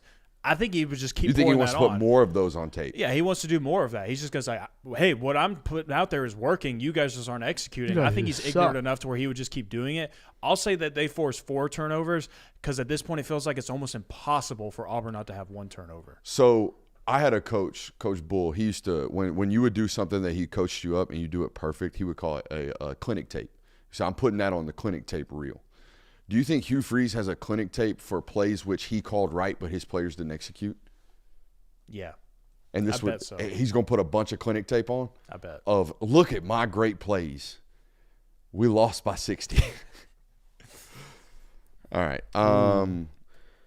Which one? Peyton Thorne gets pulled in this football game or Gunnar Stockton gets mop-up duty in this football game? Gunnar Stockton gets mop-up duty. I think we all assume that there's going to be some point where Gunnar Stockton takes the field. We've all going off all of our predictions, we see this as at least a 25-point win for Georgia, right? No, I said 38-14. What is that? That's 24 points. All right. So, I mean, So close. it's at least 20. That's the line, 23 and a half. That's a game where Gunnar Stockton gets like at least 1 drive. Like yeah. even a if fourth quarter run it out. yeah, like all right, 14. I would say Gunnar Stockton. I think. I'm out of them. Okay, Dylan Bell goes for 100 again, or Trevor Etienne goes 90 plus. Trevor Etienne 90 plus. I think Dylan's only got 200-yard games in his career, right? Tennessee in last week. Yeah. Yeah, I think Trevor Etienne 90 plus is more likely. You got him. Georgia settles for 3 field goals in the red zone, or Auburn never reaches the end zone. 3 field goals. Yeah. Never reaching the end zone. You Or said the red end zone. Never reaches the end zone. Never scores a Oh. touchdown. Well, I think that's probably more likely than Yeah. 3 stalls in the Georgia's red zone. been good about when they get in the red zone. They've been scoring touchdowns. They haven't been settling. That was a problem they had last year. Mm-hmm. They were settling for a lot of field goals. That has not been an issue for them this year. Georgia keeps Auburn to 1 touchdown, or Peyton Thorne plays turnover-free football. One more Only time. 1 touchdown. Georgia keeps Auburn to 1 touchdown. Georgia keeps Auburn to 1 touchdown, or Peyton Thorne plays turnover-free football. I Yeah, don't 1 really touchdown. think they're going to play turnover-free football, but I could see an avenue where Georgia keeps Auburn to 1 touchdown. Here's my final one. Carson Beck throws for 3 touchdowns, or Peyton Thorne accounts for 2, rushing or passing. Carson throws for 3. I think they only scored 2 touchdowns on the game or in the game. One of which is probably a rushing touchdown, maybe both. JD the guitarist asked, the last play picked on Humphrey and KJ, was that a bad defensive scheme? No. You can only double team so many football players, and the guy that's all the way outside the numbers is not going to get a lot of safety help, which if I recall, that ball was on the left hash or was closer to the left hash than the right hash. Correct. There's a lot more space on the right side. I can't roll a safety all the way over there unless they're in 3-by-1, meaning that's the only guy over there on the side of the field.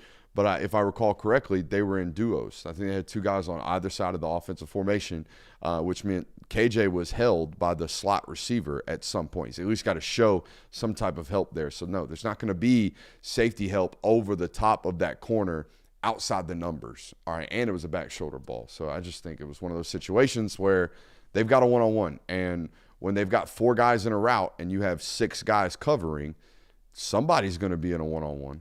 Now, you could say we can't have that guy be out there by himself, But Kirby has alluded to this. You can't double team the outside wide receiver with your safety because of the quarterback's threat or ability to take off with his legs. We got to have the safety's eyes on the quarterback. So it's just a lose-lose situation, which I know it's Thursday. Why are we still talking about that? But I felt it needed to be addressed. Yeah. Yeah, we gotta move on from that game as a fan base. Yeah, for sure. Sunday's headlines today. Let's do this. One of your favorites. Yeah. No, I love doing this. You ready? I got 3 bangers. Oh, I'm Let's sure hear you 'em. do. Slow start subsided. Dog's execution leads to pouncing of tigers. A lot of puns. Very nice. Alliterations for sure. This man loves alliterations. Little hot start, pouncing them tigres. You want a good pun? I'll give you a good pun. Come on with it. Georgia continues to be a thorn in Auburn's side. Ha ha ha. Spelt with an E. Oh, of course. Gotta. Absolutely. Gotta. You ain't got to dime buddy out, but you saw a headline getting written in that Alabama-Georgia game in the press box, huh? Well, third quarter headline get written? Yeah, there was quite a few it? of them in the front. It was something like Alabama dominates Georgia in KO match, gives knockout punch in first quarter or something like that. And as soon as Georgia took the lead, That got deleted. There was a lot of those in the front row that I was noticing. Yeah. I myself, you got to save the headline for last. Come on Save now. the Can't headline for pre-write. last. You can't be Can't pre-writing. pre-write. That's a good way to get messed up. Can't be out Save here the pre-writing. headline for last. Holy shit, mine's an alliteration too. I didn't even mean to do that. I have Bulldogs bounce back behind Beck's Osmosis. performance. Huh? Bulldogs bounce back behind Beck's performance. That's so mid. I think mine was a little I didn't better. try to do an alliteration. I think mine was a little better, but I did the same thing. Beck and Bulldogs bounce back big. Single safety shit show, no mo. Dogs explosives, open run lanes for Bulldogs backs. You gonna write that headline? Yeah, for You sure. hit and send on that one Single on Sunday? safety shit show, no mo. do. No mo. No mo. Not even no not even mo. RE at No the mo. I end. had- Shit show and no mo in the I headline. had to get it to rhyme. Yeah, I want to see this single safety look crap stop happening to Georgia's offense. I want you to be able to force explosives and make people play 2 high safeties against you. Get rid of this single safety shit show. No mo. Can't have it. Yeah, I agree. That would a good be. one. I think that would be the best outcome for Georgia this weekend. Is if you force Auburn to get out of that and made it to where not even them, but also future opponents like, oh, maybe we can't do that when we play them. Maybe we can't just load the box, put one safety back. The best thing that'll happen to you this week is if you force Auburn to get into a too high look, and then you see Auburn have some success with that. Because you're going to immediately incentivize every team that comes back and says, well, Auburn went to too high shell here. They ran a lot of 2 and 4 coverages, and they seem to have success in stopping Georgia's pass. Because right then, that's when the running game will take off for you. Because everyone's talking about right now, Georgia can't run the football. Georgia can't do this. Georgia can't can't run do the football explosively. That's fine. Georgia's still running the ball relatively well statistically, right? From a yards per carry average. I looked it up. Georgia is dead last in rushing attempts right now, but they're also averaging, I think, over 4.5 yards per carry. Yeah. Which is the coordinator doing the right thing. Yeah. In my opinion. You don't run into heavy boxes. It doesn't serve us any purpose. So, yeah, I'm good with that. I got another one. Another one? Yep. This is a good one. Starks says sayonara to slippery stats. Dog safety shakes off missed tackles in Tuscaloosa. Dang, still talking about Tuscaloosa. That's a whole paragraph. I don't think that's 85. good. I think that's more No, than 85 it is characters. good. It is good. I like it. Somehow that headline got longer. Any more? Do you think this will be the well, bounce that's a back good game one. for Starks, though? Has to be. Yeah. I think a guy that's that professional in approach will not allow 2 consecutive yeah. poor performances. I was going to say, I don't think there's a world where Starks doesn't bounce back. Not only because I don't see a scenario where he plays down to that level again or even plays worse than that. And I think it can only go up from there, and I think he will respond, as he always has. Is it a bounce back game where it's like, holy shit, Malachi Starks is still the best safety in college football? I can't believe we ever doubted that. Or is it just hey, he's back on the right track. He had a solid performance. Nah, the first one. The first one. Like, best game of career, Malachi Starks. He had a good game last year against him. Yeah. That's what I want to see. Smile Mon doesn't impact? Yeah, I mean, Needs to be this kind of discussed. fell in our lap yesterday, and it could be big. Could be. Still haven't gotten 100% clarity on what this is. I think my understanding is a foot. Don't even have a timeline on this that's been accurately given. So I don't even want to go there with that. But let's talk about the impact of this. Obviously, they have started CJ and Smile during these football games, so that creates an obvious impact. I would imagine Jalen now steps up and it becomes the starter alongside CJ. Now, Georgia historically has started 2 linebackers, and depending upon how deep they are, the third guy comes in to relieve one of the dudes, and then the starter stays, and then the relief guy's in there, and then the next time they rotate, relief guy stays in, the other starter that got pulled comes back in, starter 1 comes out. So this is what this will look like. C.J. Allen and Jalen will most likely start the football game, in my opinion. And then after that, Raylan Wilson will come in for Jalen. And then whenever C.J. needs a break, Jalen will probably go back in, and Raylan will remain in the game. All right, now the question in my mind becomes, at what point do you get out of a 3-man rotation, or do you immediately get out of the 3 rotation and start playing a guy like Justin Williams? Or does this open up the door and the opportunity for a guy like Troy Bowles to finally get some playing time? Or does a guy like Terrell Foster get out in the mix and get some playing time here? My thing here is Smile is much more of a will, and you're going to have to replace the will. And I've always talked about this as, who's the guy that leaves the box? Should we take this to the board? Or can we explain this without the board? I think you can try without it. All right, if I go to empty, all right, I got to take the 4 down linemen, got to leave 1 linebacker in the box. And the will, the more athletic, the more pass-oriented linebacker, that guy will exit the box. In years prior, if Nakobe Dean and Quay Walker were on the field, if the team went empty, guys, who was leaving the box? Quay Walker. You're 100% right. In years prior, if Monty Rice and Tay Crowder were on the field together, if a team went empty, who was leaving the box? Monty Rice. Tay Crowder was leaving the box. Monty Rice would stay at the Mike position. Tay Crowder was like 225 pounds. That's true. He was a former running back. All right, so you get what I'm saying. Whichever linebacker is leaving the box, that's the defensive coordinator telling you they think that guy's the more pass coverage capable type of football player. Now, where this changes is, I would rather C.J. Allen cover and Jalen Walker rush, right? But I probably don't want to play those guys at the same time on an obvious passing down or in a situation like this, because I don't necessarily want CJ covering when I could have maybe like a Raylan Wilson covering, right? So we're going to start to manipulate some of these things based off what we need, right? Yeah, I think, and that's I wrote an article kind of detailing this a little bit, more so just to put all of the names in front of people of, there's a lot of potential of, you really don't know who's it gonna be, and you really don't know how many names are gonna be filtered in through here. You might get one of the true freshmen. Most likely, if that's the case, it's gonna be Justin Williams. But I even threw Terrell Foster's name in there because I feel like that's a name fans constantly need to be reminded of. This guy is a couple plays away, or even now in the mix of getting some playing time now.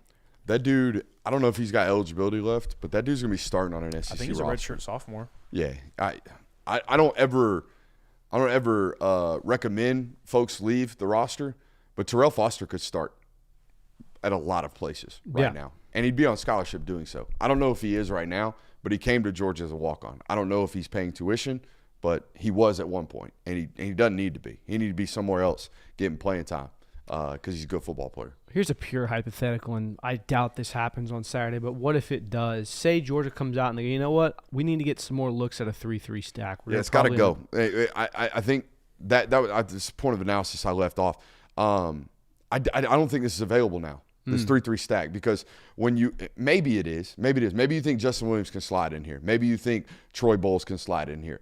But I think you were playing a 3-3-5 because you have 3 great linebackers in CJ, Smile, and Jalen that you felt necessary to play. I have to play these guys. I can't sit here and rotate. I need all 3 of them on the field at the same time. Now maybe you don't feel that you have 3 linebackers you have to play. You see what I'm saying? Yeah. So maybe. But, hey, maybe they go out and they say, we had so much success that we're gonna make this a portion of our defense. And by the way, they showed that 3-3-5 look against Clemson. There was one clip of it. So it was in the defensive playbook prior to Alabama. Now, I don't know if it was in the defensive playbook prior to Alabama because they knew they were going to need it against Alabama. You see what I'm saying? But it was already in the book. Gotcha. Because, the 3-3-5 is going to be a stack, obviously. They could just make that a mint front as well if they wanted to. If you walk down Jalen and make him an edge rusher, right, play him at jack. It's not really a 3-3 stack at that point. But you're right. They almost 3-2 rovered it. Mm-hmm. Like, it was 3 down linemen, 2 traditional linebackers, Jalen just float. You know what I mean? Yeah. Just float into almost like a rover position. That was interesting to see as well. Just firing gaps wherever he wants. Kind of what Alabama's doing right now with Quay Rousseau. Mm-hmm. So we got a few people asking about Sam and Pimba in the chat. Yeah. Something you need to address. Who do you play him over right now? Yeah. You know? Yeah. And if I remember correctly, you always said that this was something that they knew was going to have to take some time. And time. by the way, he knew. Yeah. He knew coming out of high school, out of IMG Academy, hey, I've only been playing this position 2 years. I need some developmental growth my first couple of years in college. So I think there is some patience there, and there was entering college with a sense of patience. But we are – He was playing tight end in high school, wasn't he? Yeah, for the first 2 years of high school, he was moonlighting as a tight end that didn't really have natural hands. And then they were like, hey, by the way, you're going to be like 255 by the end of the year because, you know, you got Nigerian bloodlines. Yeah. So you might need to be playing defense. And by his junior year, he became a 5-star edge rusher that was very, very raw, 100% raw. So it's going to be a growth time period for him. But it is a realistic situation where you look at the roster and you look at all the jack positions or guys playing jack right now. Michael moving over there didn't help. Gabe Harris now cross-training over there didn't help. Quintavious Johnson being a freak doesn't help, right? Damon Wilson being really, really good and being able to play right now doesn't help for your opportunities to play. So there's a lot. Chaz Chambliss coming back for another year doesn't help your situation to be playing as well. So there's a lot of guys in that room, and it doesn't sound like they've even – it doesn't look like, shouldn't even say it doesn't sound like, doesn't look like they found a way to get him a situational role either, where it's like, we're going to rush you. You're a great enough speed rusher or a great enough pass rusher where we can, use your talents on 3rd and long. You almost said deploy. I almost did. I backed off of it. So, yeah, it's tough. It's a tough situation. Sure. I feel like there's a lot of those at Georgia in years prior. His is the most noticeable right now, where it's like an elite talent that's buried. Imagine if you had this at like wide receiver. That'd be kind of cool, huh? Yeah. It is what it is, though. Evolution of motion. We can do that, or we can do a nostalgia tape if you want. One of the two. Let's do both. Let's back them one up to the other. So let's do nostalgic tape first, because it's probably easier to do that and then go to the empty board than it is to start with an empty board and then drag tape over there. I do want to take the time right now while Jonathan is doing that for us to go ahead and invite you guys out to Creature Comforts one more time on Saturday morning. Starting doors open at 11 o'clock. Come hang out with us. We're going to do a live show at 11:30. 11:30 to 12, we'll be talking ball over there. Do we have one ready? Yep. Let's do this. Creature Comforts. Shout out to those guys for investing into our product, man. Very cool. You know who this looks like? This is a Georgia player? This is a Georgia player. This looks like Luther Burden's high school. That's what it looks like. And it looks like Luther Burden, too. So, obviously, we have a wide receiver here. False start by the wide receiver as well. All right, hold on. They're playing at Northern Illinois campus. So, this dude is from Chicago. All right, let's go from there. I think we lied about our position with the first clip, too. No, we're a receiver. Oh, dude, I got no shot here. Oh, man, I'm in trouble. Here's a hint. You have covered this player. I have covered this player? Yes. You have. A wide receiver from up north? Yep. That I've covered? Yes. Can you give me a class? Or is that cheating? I'm going to tell you right now, I think I'm getting beat. Well, let's watch a couple more clips. Ooh. No knee drive here. Really shifty. Very shifty. I'll give you one more hint. Okay. This is an active Georgia player. This dude's he's on Georgia's roster right now? Yeah. Mm-hmm. And he still plays wide receiver? Yeah. Yep. I feel like I'm a dummy.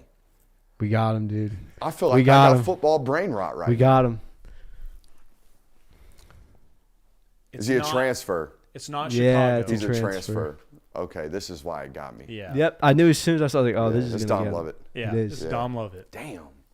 Yeah, that's a good pull right there, boys. Y'all gonna get a lot. That of one me was doing right. That. That one was right under the nose too. Y'all gonna get a lot of me. Y'all gonna get me doing that. I thought we were in trouble when you're like, okay, This looks like Luther I was Burden's like, high oh, school. shit. And I was like, oh, dang. I think he's going to It is Luther Burden's high school, isn't it? Are they from the same high school? I think they? so, yeah. Damn. Dang, it was right under you. God, that's the rare time where you look really smart and look stupid. We both are like, We were like, shit, he's gonna get it off dang it. rip. We can't. But I beat him. did think that you didn't cover him coming out of high school because he committed to Missouri. So I was like, there's no way he's watched a lot of his high school tape. So he's not Never familiar had seen with that tape. But that's a really good high school in St. Louis that Luther played for. Also had an offensive tackle that ended up playing in Alabama that didn't stay there, I believe. Big chubby dude. All right, let's talk about the evolution of motion. Motion has changed a lot. I have been one of those guys on this network that has said, football ain't changed. Ain't a whole lot of changing going on in football. Ain't a whole lot of evolutions. Hey, will you do me one quick favor? On camera 3, will you just hit the zoom just one little bit? Get that white dot out of the screen. It's going to cause my ADD brain to just absolutely rot.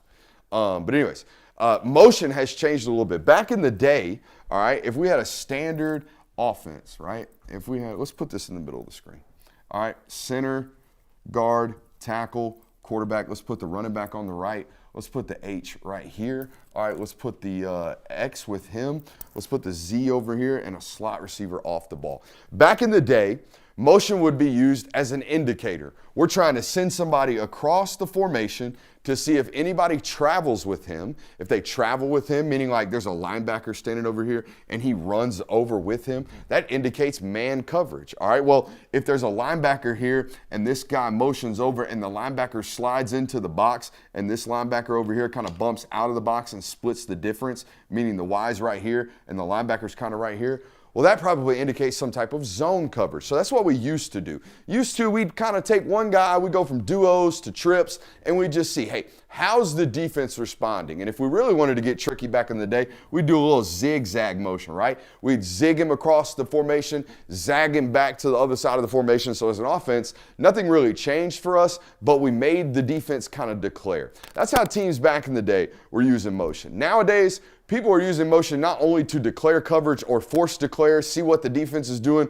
they're also doing it to provide or attack, right? They're trying to get something or some type of motion or stacked bunch or some type of effective motion to create the defense to react, right? Nowadays, I see a lot of different motions. Nowadays, we'll put the Y over here. We'll just get into some type of formation. Don't check my 100% because the X and the Z should be flip-flopped right here. Nowadays, we're doing things like orbit, we're doing things like jet motion, we're doing things like sprint motion or what I call cheat motion, where, all right as the ball is snapped, we're going to sprint over here and we're going to snap it right as the Y at a full sprint is standing right behind the slot. And we're going to send the slot vertically and then we're going to stack release and we're going to get right behind. All right, this beats both man and zone. Because if you're in zone coverage, right, we got to pass this off while these two look like they're at the same point. And they're not going to actually separate, okay, until we get to that launch point, right? All right, if you're in man coverage, now we got to figure out, how are we going to pass this off? If I'm this corner over here, if I'm this safety over here, how are we going to pass these guys off as they switch, right? So we're trying to force these switches with motion. I've also seen, this is the new one hitting football nowadays, guys, orbit out of empty into counter. All right, this is a new one that's sexy. Bro, this is going all over football. All right, so we're gonna put the Z over here, we're gonna put the Y, all right, we're gonna put the running back right here. All right, we're gonna come over here, we're gonna put the X, all right, and then we're gonna put the slot on the ball. We got the quarterback right here. All right, so we're gonna send this big time orbit motion, we're gonna stop him right here, and we're gonna run counter back this way. All right, so the defense is doing all this, they're going, boom, counter back the other way. All right. What other things have we seen in college football lately, Kirby? What other types of motion have we seen? I've seen a lot of jet motion to attack man on the goal line. Yes. All right, out of a lot of teams running cover 0. All right, out of against the or rather in the goal or in the goal line situations. So what Kirby's talking about right here is maybe putting the Z on the backside, having a slot receiver right here with a Y over here. All right, let's put we got the X. All right, and what he's talking about is maybe taking this jet motion right here, forcing this corner that's in 0 to run all the way across this defense and then we're going to hit that little running back or little jet sweep flare. Alabama did this to you, but with the running back in the red zone. This against C.J. Allen. This was a touchdown against cover 0. Also seen a lot of teams lately flip or try to condense sides with motion, right? They'll be in nub or what will ultimately end up looking like nub. They'll put the Y right here on the ball. They'll take the slot, put him off the ball. They'll put the X over here and then have maybe another tight end or whatever, another receiver over here, and then they will jet this guy over here. 9 times out of 10, this ball's on the right hash. When we do this, all right, what happens to the defense? Now the defense bumps the corner in here, and now as an offense, we've got a really what we call on this network a shortened edge. We have now shortened the edge based off a motion right before the snap. All right, so what used to be, hey, what you playing, has now become, we're attacking you with this. Mm-hmm. The other thing I have seen a lot of also is return motions that are snapped mid-play to kind of catch them out of alignment. You can really hit a man coverage like this because you run across, you can draw it better, but as you're running across the field, then you immediately dart back. Yeah. Corner's so out of position, you have outside leverage now. I've also seen a lot of this one lately where instead of this being a slot receiver, let's make this a bigger tight end, and we're going to run him in motion and then crack that defensive end. We're going to run counter right off of that. Or next time we do it, we're going to run. Alabama does this a lot. We're going to feint that defensive end, and now we're going to arc release out into the edge. That reminds me of that. I watched an old game a while back, Arizona State versus Georgia, back when Georgia traveled up there. Oh, somebody got murdered? They sent the X in on jet motion to crack the end. Yeah. Never saw it coming. He's full sprint coming from the numbers. It was deadly. Yeah. That's got to be a blindside block nowadays, right? Because you don't see that much anymore. Yeah, nowadays they teach guys to just get in there and almost like pick him. Just get in there and stand in front of him. And when he turns around, get your hands inside of his chest plate. But, yeah, we don't coach guys to just go murder people anymore, unfortunately. Murder, not allowed in football anymore. Yeah, unfortunately. Murder ball, not allowed anymore unless you're Taylor Green. But, yeah, motion nowadays has been used at a higher rate. I think the NFL nowadays, they're motioning on like 90% of snaps, I think I heard the other day. So it is a lot of pre-snap motion. Now, one thing I was telling you guys about pre-show is how some of my coaches in years prior have actually taught this or how they might call this, okay? Areas of the field in some of these pro-style offenses, all right, areas of the field are labeled, okay? And they're labeled with L's and R's. Now, don't take this 100% fact. Everybody does this. This is just how I have been coached about this in years prior, all right? Everything left of center, all right, starts with an L. So the portion of this field over here might be Linda. This portion might be Larry, right? There's only so many areas of a formation that we can shift to. If I want to shift you outside, I'm going to say X Linda, trips right, X Linda, meaning we're going to line up in trips right. The X is going to Linda. He's going to motion over to the Linda portion of the field, all right? Everything right of center was with an R. We call it Ricky or we call it Ronnie. All right, one of these. So if I want to say, hey, H Ricky or H Zig, right? We're going to start H, where was it? H Larry Zig. If I said H Larry Zig, I'm going to say H. We're going to zig over here and return back to Larry. All right, now the question I presented to you guys in pre-show, and I never played in a fast motion offense, a fast-paced offense, is how do we signal these things? How do I signal that I want motion? I have no earthly idea. Something I'm going to have to talk to a up-pace offense about. But there you go. The one thing that I did see on like just hot offenses, if you're going anything above the waist is left, anything below is right, because that's hard to pick up on. Then holding, because there's some people on the field at sometimes that can't really understand their left and rights. But if you can associate up with right and down with left, people can figure that out a little better. Is what I've learned. Now we were in a fairly basic high school offense, but that was what we used. That's how Peyton did it. Peyton had areas of the field. And that's what we stole all of our offensive systems from Peyton Manning. So that's how I know what Omaha meant, because we were doing that type of stuff. All right? There's a little evolution of motion for you guys with a little nostalgia tape right there tonight. How about that? Like it. We can do Unless It Doesn't Happen, Georgia Hour now. Oh, yeah. Who wants to start? I'll start because I need to win in fantasy, dude. Nate Frazier leads the team in rushing this week. Heard it here first. Unless it doesn't happen. Unless it doesn't happen. That's a good one. Anthony Evans, no, I'm just kidding. Whoa. Anthony Evans, 1 touchdown this weekend, and it's an explosive one. Is it a special teams touchdown? No. It's an Orange Bowl. I just mossed this dude style touchdown. I'm going to go with a player that I think both of you might be wishing you had on your fantasy teams right now. Lawson Lucky has a monster day and finishes as a leading receiver. Yeah, if I'd have known that. Lawson went undrafted? Yeah. He did. I drafted Delp, and you're like, yeah, they're not really going to throw to anyone else on tight ends. So, I also took all of the running I also backs. did realize that you made the point system up, and I should have picked up on this. Running backs get half a point for just a carry alone.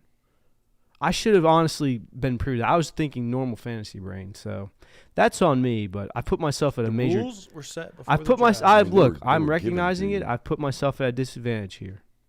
Not blaming anyone. I'm not saying it's Sounds anyone's like fault. you are.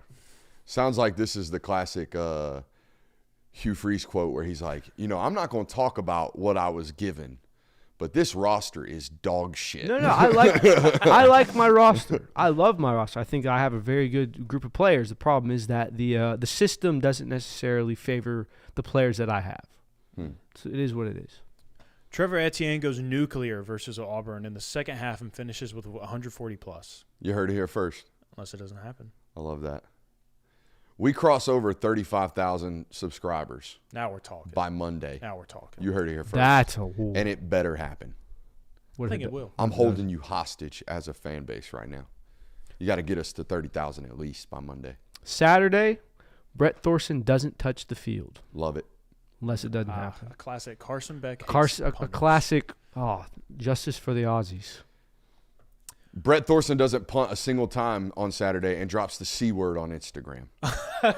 You heard it here first. I like that even more. Yeah, They that's love the way it. you should have done They it. love it, dude. They love that word. Jalen Walker has 3 sacks on the day because Peyton Thorne is not an owl. You heard it here first, unless it doesn't happen. He can't turn his neck far enough. I got it now. Yeah, that's good stuff. Raise your hand if you're going to be at Creature Comforts on Saturday listening to some damn good takes and drinking some damn good beer.